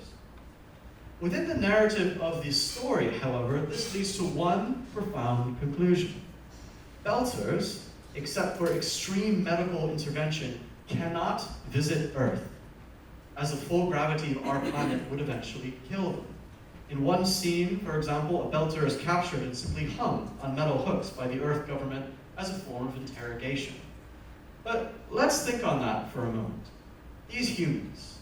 these belters, the product of billions of years of evolution of life on our planet Earth, can never live there. The biosphere that bred them, sustained them, now would kill them. These are true extraterrestrial humans. For besides very small planetary bodies like moons, asteroids, protoplanets, they must live in space. Such difference has cultural and political ramifications too. Belter life is hard. They live on small bits of rock in space stations in the asteroid belt, the mineral wealth they mine sent to Earth or Mars, and their culture denigrated by both planetary cultures. They've even developed their own separate Creole language. They are, in many ways, different than Earth humans. But they are still humans, aren't they? Can you be human if you cannot live on Earth? The expanse allows us to imagine a possible future of extraterrestrial humanity. Yet it's not altogether a happy one. It's filled with a kind of racist speciesism, where planetary humans and extraterrestrial humans are in conflict. Such a story cautions us against imagining space as a utopia, where all our difficult humanness is left behind in a kind of purely scientific paradise to the objective. But as Dr. Wakata mentioned in his opening video, when we send humans to space, they bring their humanity with them. All the cultures, all the languages, and all the great things and problems that brings. The second half of an answer to our question leads us into space ethics and the topic of terraforming and value. Here we turn to the science fiction Mars trilogy by Kim Stanley Robinson. It was published in the mid-90s and takes place in a speculative 2026, or not probably going to happen now, but when the first 100 colonists head to Mars to establish a permanent human colony on Mars. One of the central points of tension in the story is focused on different ideas about terraforming Mars. Now, terraforming, a quick definition there, is the process of transforming a planet to resemble Earth, but especially to support human life. Now, as scholars like Biasetti have noted, ideas about terraforming in these novels can be divided into three broad perspectives, seen in three main characters, which all essentially focus on the question of what we value: the human, the non-human, both. Our first character is Anne Claiborne. She is the lead geologist in this story and values an abiotic universe, geology. She therefore opposes all terraforming. She desires to keep Mars in an unaltered state for several reasons. First, scientifically, she wants to study the geological record of Mars, some parts of which stretch back more than 2 billion years, without large-scale changes brought about by bombardment, volcanism, life, and water as seen on Earth. Two, she wants to protect any potential indigenous life, so actual Martian life, likely microbial, small, little tiny things, from contamination by Earth microbes. And three, terraforming removes the existential value of Mars as something different, as something not Earth. She sums it up in this quotation from the novel. We'll all go on and make the place safe. Roads, cities, new sky, new soil, until it's some kind of Siberia or Northwest Territories, and Mars will be gone, and we will be here, and we'll wonder why we feel so empty. Why, when we look at the land, we can never see anything but our own faces. Our second perspective is from Saxifrage Russell, who is a physicist in this story. He values human life and systems. And he both starts and supports terraforming, for again, several reasons. One, he is excited by the grand experiment that terraforming is, the scientific advancements such a project would create. Two, he privileges biotic life, and therefore wants to transform Mars into a habitat where Earth life can thrive, can survive, including forests, glaciers, and eventually liquid water in lakes and seas. And three, connected to two, terraforming would allow conscious life, humans, to expand and continue, because as far as Sachs knows, human life is the only consciousness in the universe, and therefore it's too dangerous to keep it just on Earth, on one planet. Our final perspective is from Hiroko Ai, who values life in its broadest sense. She is the lead biologist in this story, and she sees terraforming as good insofar as it creates a system where all life, at all scales, can flourish, from the microbial all the way to the human. She therefore represents a kind of middle ground between Anne and Sachs, in that she would transform Mars to serve life and its supporting systems, which includes abiotic structures like geology, minerals, rocks, rather than focus on just humans. Now, all three perspectives seek to interrogate the process of extraterrestrial human life with the question of value and purpose. Not how we can live in space in a purely operational sense. How do we get oxygen? How do we grow our food? How do we protect ourselves from radiation? But rather, how should we? Should we do something like terraform Mars? Should we, essentially, destroy land that has remained untouched for billions of years just to make it look like Earth? So we can walk there and survive? Sachs would say yes, and no. Hiroko, a qualified maybe. The distinction here is between a non-anthropocentric view of the universe, where we are not the most important thing, and an anthropocentric view of the universe, where it's all about us, it's all about humans. Is there intrinsic value, that is, value not with relation to us, in the moon, in the icy rings of Saturn? Or does their value arise only from their relationship with us, how we appreciate it, and how we use them? Both of these examples of speculative fiction reveal why the humanities, literature, ethics are important as we answer the question of why we should care about space. First, since we will continue to explore space, I think if we've seen all the talks today, we should reflect not just on how we do it, but why, and how that exploration will transform what it means to be human. Two, as we expand humanity's reach, we need to question how much should we change the universe to suit us? Again, are we the most important thing or not? And finally, such stories allow us to imagine the future with the view of changing the present. With runaway climate change, some propose geoengineering Earth, blocking the sun's rays with clouds or giant solar shields in space.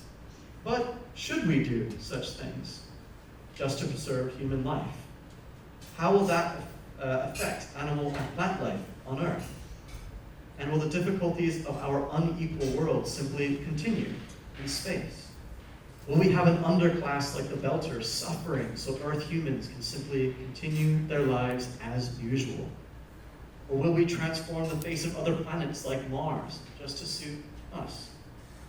You in this room may live to see such days, but I hope that by reading, writing, and researching literary explorations of space, we may be able to build a better human reality amongst the stars. Thank you.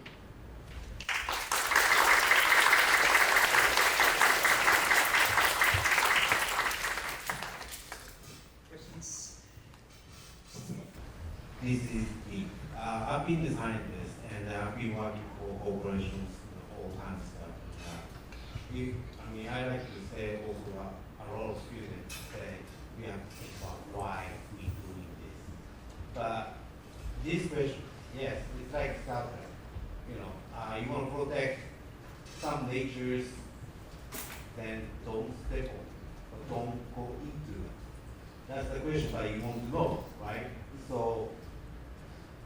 this is the question. So we have to think about it. That the problem is the human being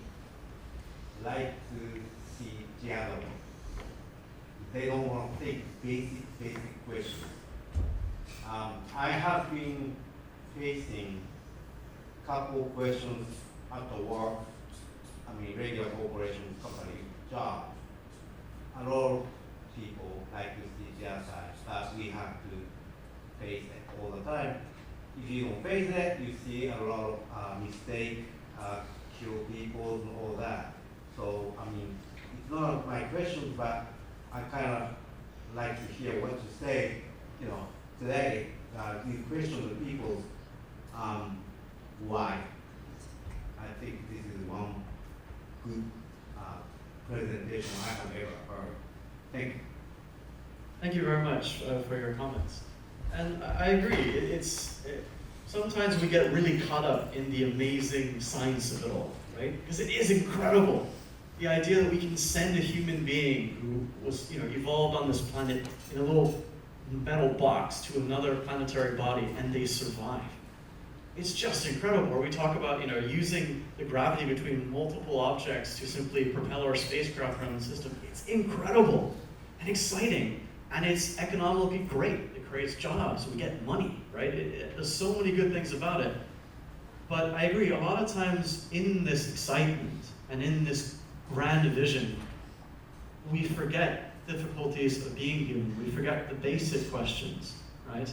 And I think one of the things I like about the Mars trilogy is it really, as a piece of literature, it really focuses on that as one of the main questions. If we did go to Mars as a thought experiment, how do we go there? Do we go there and do we change everything? Do we, completely transform the planet or not?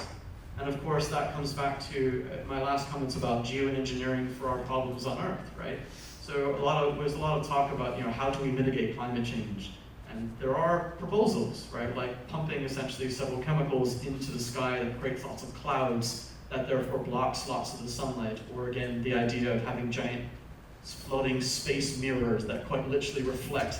the sun back out. To me, there should be giant solar panels. I think that'd be more useful. But I agree. I think when we do these things, we always need to remember the consequences. We need to remember the things around it. We need to remember that everything is connected, right? And we also need to remember our own wonderful and difficult humanness in this. Because space exploration is not just about knowledge. It is a lot about knowledge. But there's a reason why we like sending astronauts and not only robots. Because we like the idea of humans being in space, of experiencing it, of seeing it with our eyes. And so, thank you for your comment.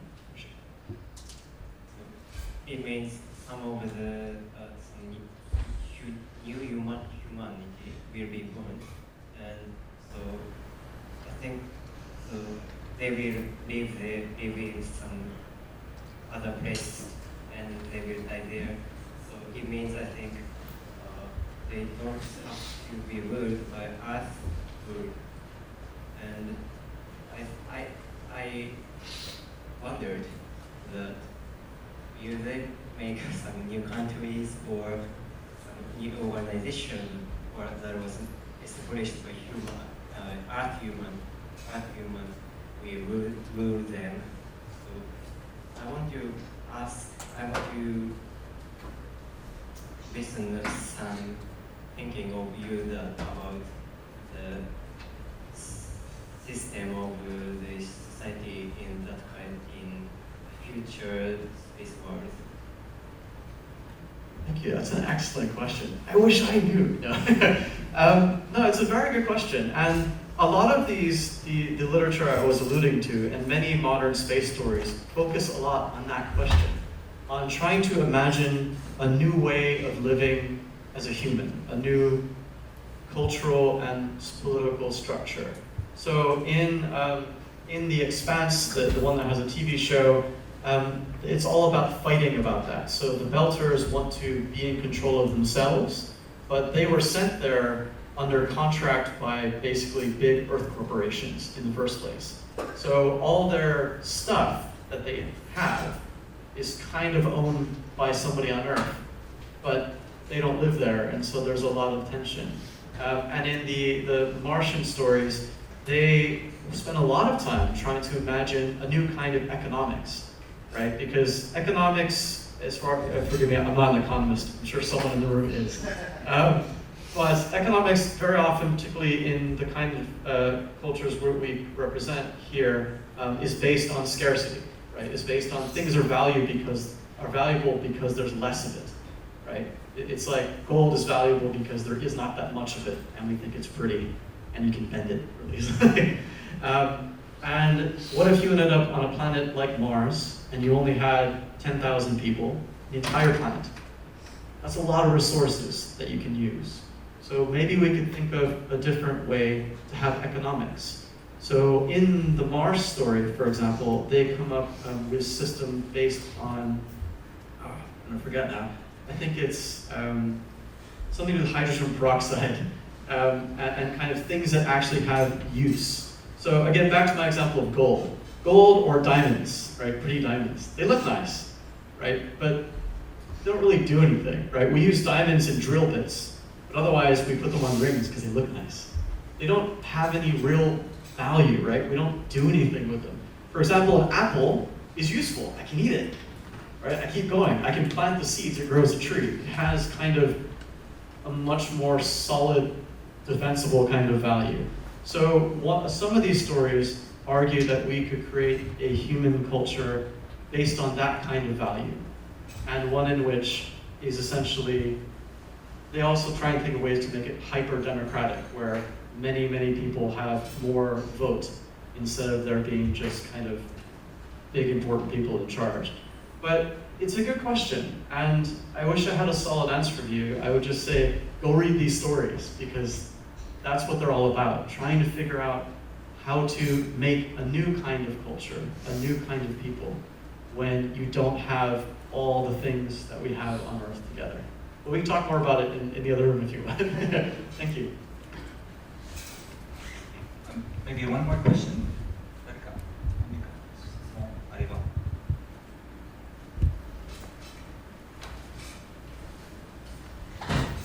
Hi, good afternoon. I'm Douglas from Kyushu University. I major in advanced space propulsion engineering. And I really like what you have shared with all of us. So I know that some of the things that you share are fictional, but I just want to know what is your opinion in terms of, like right now NASA is getting their funds from the US federal tax. So from the year 1970 to 1980s, probably they're getting around 8% of funding, but up till right now, probably down to 3%, because people don't think that space travel is as important compared to the other issues that are going on. So what are some of the thoughts in your mind on why space explorations is important for you? It's a really good question, actually. I do think space exploration needs more money, and the US can certainly take it away from other less nice projects, let's say. Yeah, there's no easy way to politically say that without being, yeah, anyway. Okay, so my quick sort of thought, but it's a very good question to that, is I think in some way all of our presentations today are a very good answer to that question, right? So in a purely technological sense, right, we can make a laundry list of technologies that have transformed our life on Earth based on space exploration, right? We have, I found this building, right, by looking at my phone and walking down the street,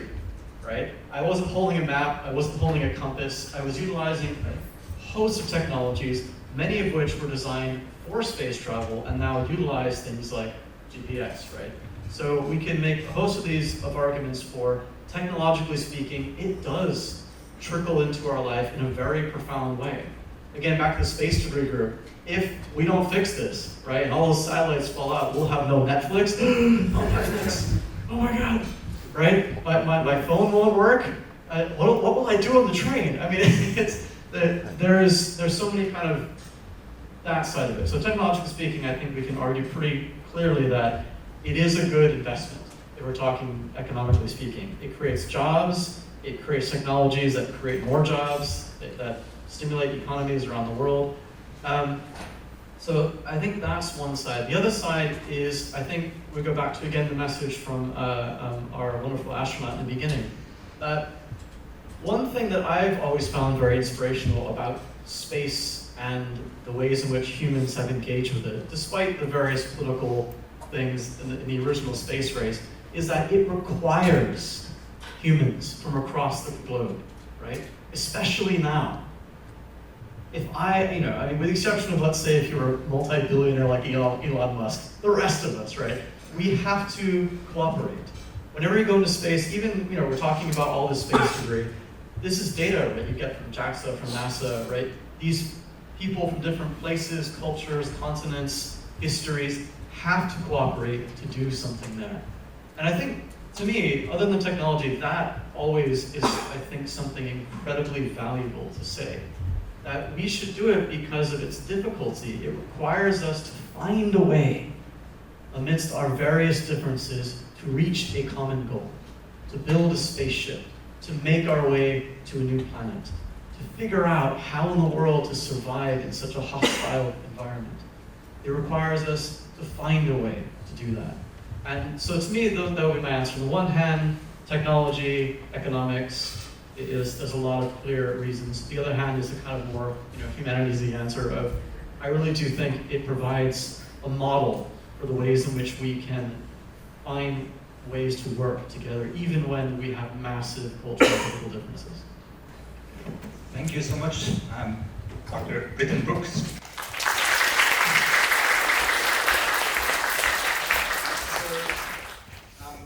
We've had our 4 talks. Now we can move on to the interactive session. So each of the speakers and a team of speakers will be in a different room on this floor. And so please feel free and approach the teachers, ask them any questions. There are no bad questions, there are only good questions. It can be content questions about things that we heard today, but you could also just ask about what their life and work is like as a researcher or as a student. ぜひ、ご自由にディスカッション。によってちょっと英語でちょっと構成されるようなことはちょっとあるっていう月のゲートウェイが、で地球の周りの人口衛星のレベルとかっていうのも地球の重力だけを宇宙に行ったらいいの。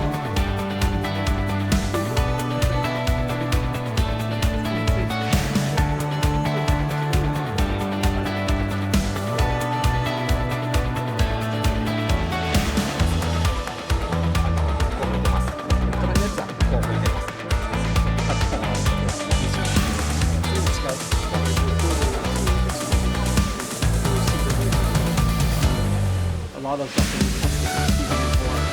we bring in Japan, so we still have like ICO2.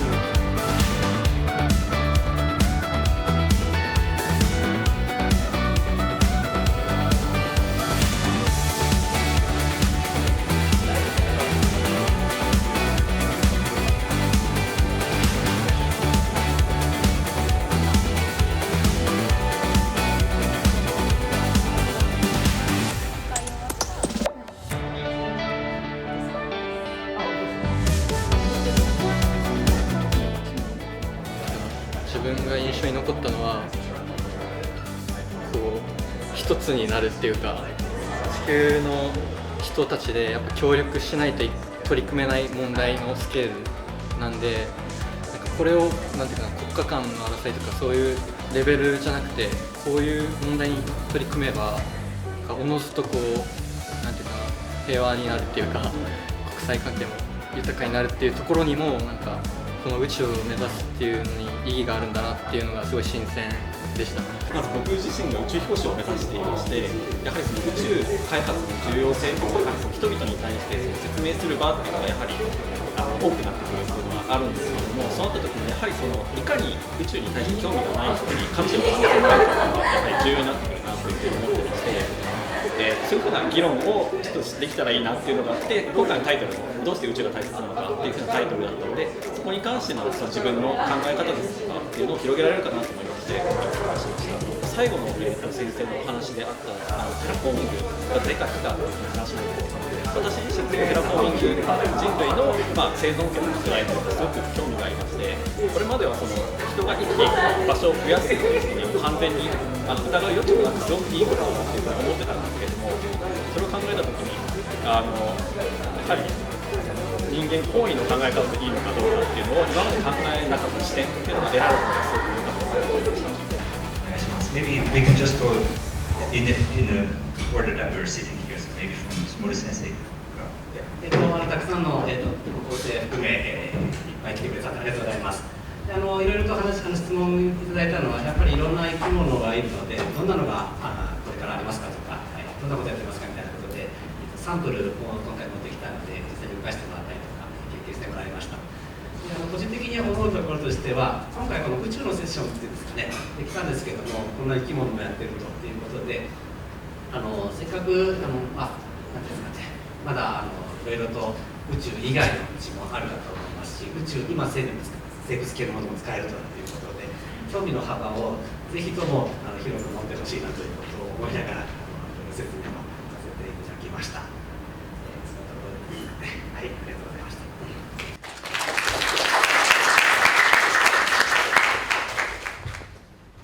we had a really interesting discussion that covered a lot of things. It's a bit hard to summarize. I'd say the consistent questions we're thinking again about who should go to space, how they should go to space,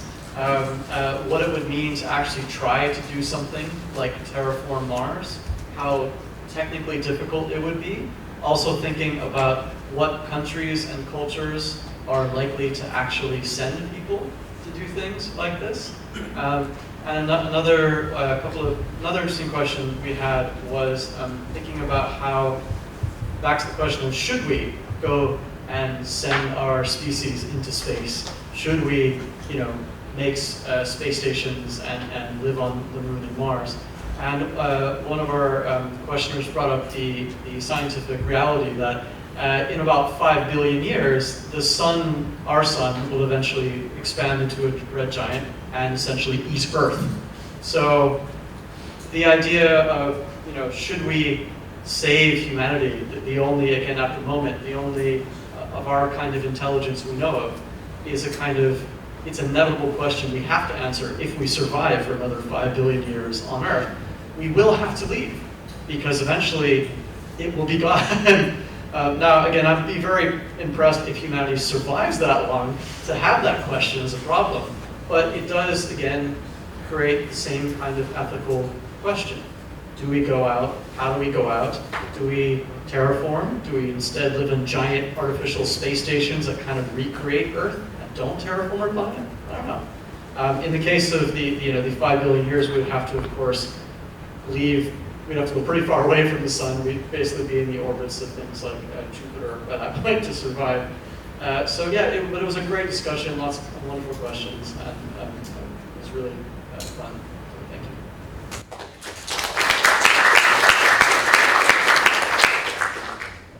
今日はありがとうございました。先ほどの質問の時間でもたくさんの質問をいただいたんですけど、私は普段理論系の研究をやっているので、物事をシンプルに考える方が自然法則シンプルなところに本質があると思いがちで、何でもシンプルにして考えることが多かったんですが、たくさん質問をもらった時に私が普段考えていないいろんなこと、これは考えなくてもいいですか、これは考えなくてもいいですかってことをたくさん質問いただいて、確かにそういうところにも物理はあるし、現実があるっていうか、いろんな視点から考えていくって大事なんだなって勉強になりました。そういうところに適正回なことがあるかなと思うので、したいと思います。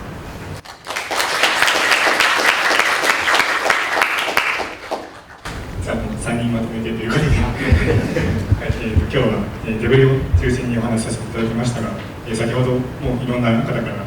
本当に鋭い質問をいただきました。特に僕が印象に残ったのはそうですね、このデブリこうやって除去したらとか、海の地力網みたいな方法とか使えないのみたいな、そういう新しいアイデアも言ってくれた人もいて、本当に僕自身の宇宙の未来っていうのに希望が持てるかなって思いました。今日の話が、少しでも印象に残って、今後宇宙開発だったりデブリ除去だったり関わってくれる人が増えれば嬉しいかなと思っています。ありがとうございました。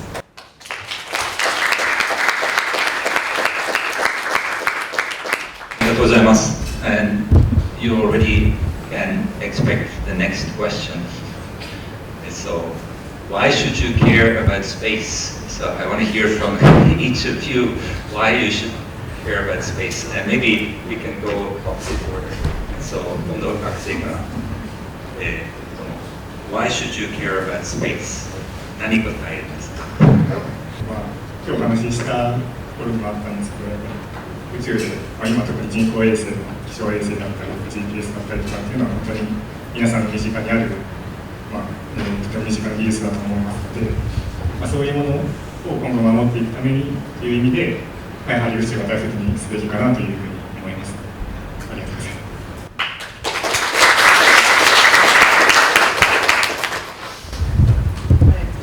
難しいんですけど、やっぱり私は宇宙っていうのは私たちの起源というか人間が太陽系の起源だとかっていう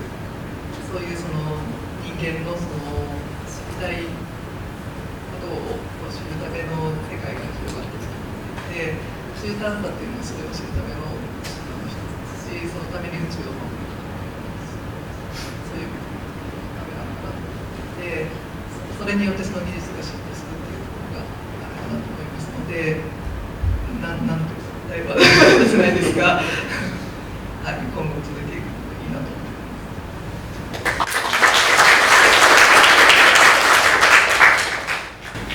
Always the hard questions. I think I'll go back to, again, kind of some of the things I was talking about in my talk for this answer. But I would really say it's sort of, there are several parts to it, but the first part is the kind of fairly obvious technological and economic reason. Space technology has massively transformed our lives, and it will continue to transform our lives, because trying to solve the problems of going to space, of collecting data in space, of sending humans to space, leads to all kinds of technological innovations that eventually transform daily life on Earth. The economic portion, of course, is as it becomes more likely and feasible, able to do things like, let's say, mine the asteroids for mineral wealth. Which countries get to do that? How much wealth will they bring back?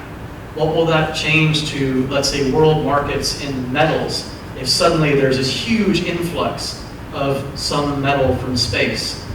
The country that gets it may get incredibly rich, or it may make it worth nothing on Earth. Again, I'm not an economist, but it represents the kind of, people are trying to do this right now, so it will likely eventually happen. And so I think we should care about it because it has massive economic and therefore societal and cultural implications. On the other half of it, go back to my slightly happier story, I think we should care about space again because by doing these things, we bring together people from very different cultures, from very different languages, who are united to do one thing, to explore, or to send a human to a place they've never been before. And we can say these stories just sort of seem, but yeah, it's nice, it's happy, but it actually really matters, right? That we can do these things, that humans are able to come together despite the conflicts we have and still get these things done. Still have a space station flying around us right now, built by multiple countries who have difficult historical relationships, but nonetheless, it's there because we found a way. And I think that is, to me, one of the most valuable reasons why we should care, because it allows us to be able to find a way to come together to do something amazing.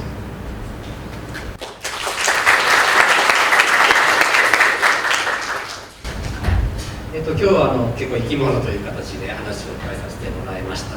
で地上を見るとやっぱ生態系というのがあって、そこだけ見ていてもやっぱりなかなか、まだまだフロンティアというか分かってないことだらけです。そうは言ってもやっぱり観察しやすいところからどんどんと人間っていうのは理解を完璧にしていって次から次へと、知的要求というんですか、そういうものが出てくると思います。でそういう時にこれから宇宙にまだ何が残っているのかと、太陽系の中でもやっぱ生命体がまだいるかもしれないみたいな、お話ありましたけども、そういうところっていうのは完全な不当地です。はい。でそういうところっていうのは今から我々が注目している研究者だったりとか、これからまだですかね、実際に探索には10年20年もっとかかるかもしれませんけれども、そういうところがいっぱい残っているということで、空を見上げるといつもそういうものがあるということは我々はちょっととてもいい生き物じゃないかと思います。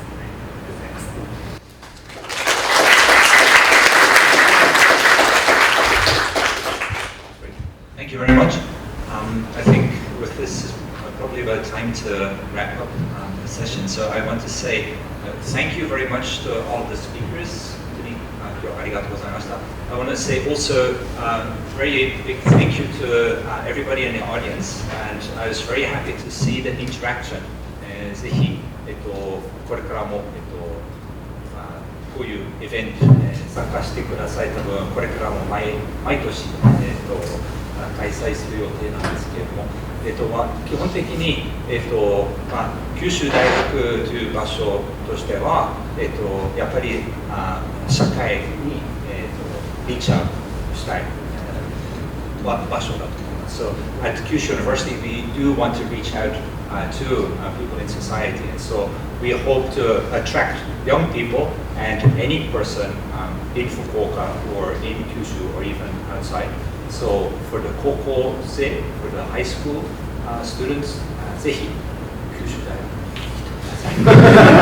というメッセージだと思いますけれども、but also for the parents and the teachers and everybody in Fukuoka and around, we want to clearly sort of bring this message that Kyushu University is a place where we want to connect. So that's why we have the Kyushu U Connect. We want to connect to the people and do things that are relevant for us, all of us, I think. So in that sense, I want to say thank you very much for being here and participating. It's really great. So I'm going to hand over.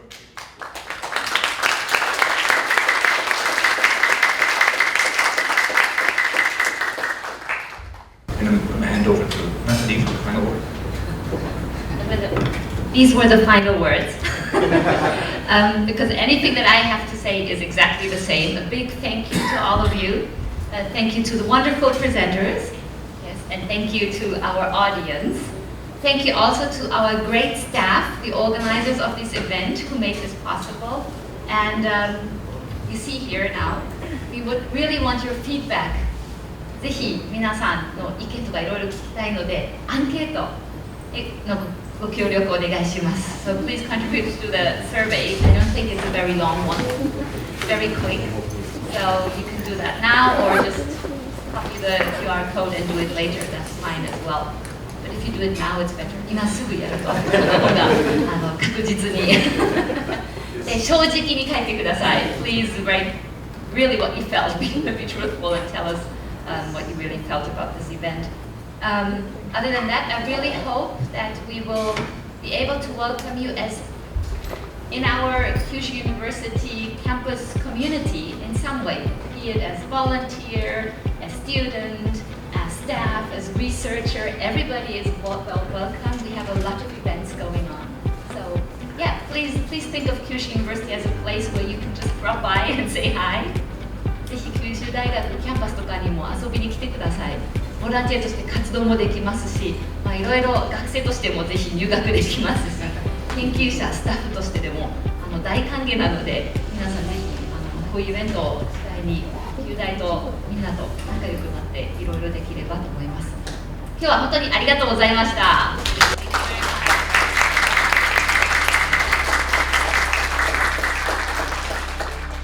最初本当にチラシホームページのチラシがなんか綺麗だなみたいな感じでちょっと興味があったから来てみたんですけど、すごい本格的に話されていてちょっと難しいっていうこともあったんですけど、すごく勉強になる面白い話でした。軌道について話されたちょっと名前がはい、ちょっとすごく興味深くてどうなってるのかっていうのがちょっと高校での勉強とかも面白くなっていく感じがします。物理とかの勉強を進めていったらもっと詳しく分かるよって言われたのがあって、ちょっと高校でまだ勉強してってる途中なので、それがどんどんできていって今日の話をより後からでもいいから理解できたらいいなと思います。いや本当素晴らしくて楽しかったです。皆さんのその高校へ本当全部素晴らしかったんですけれども、やっぱ九州大学花田先生ゼミの方々がやっぱ九州大学の今の研究について話されてたのがやっぱ素晴らしかったなと。レーザーを使ってそのスペースデブリを止めるっていうのがちょっと自分知らなかったので、やっぱそこがすごいなと思いました。So thank you for organizing this event. Honestly, I studied biology and I really didn't stumble upon such question before, but the idea was really fascinating because I noticed that it's not something really limited to just space scientists or physicists. It's gonna be like affecting. Wait, I need my English. It's gonna like have impact on like every one of us. So I really like the whole idea. The last talk or written book, I really liked it because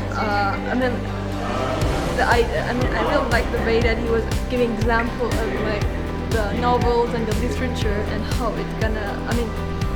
make people always think about only like, okay, space scientists are planning to go to space, but yeah, we need to know what we are going to deal with in the future. So are we going to have like racism in the space? Are we going to have like gender equality issue in the space? I think when we have like literature and imagining what is happening, it's going to be good to be prepared.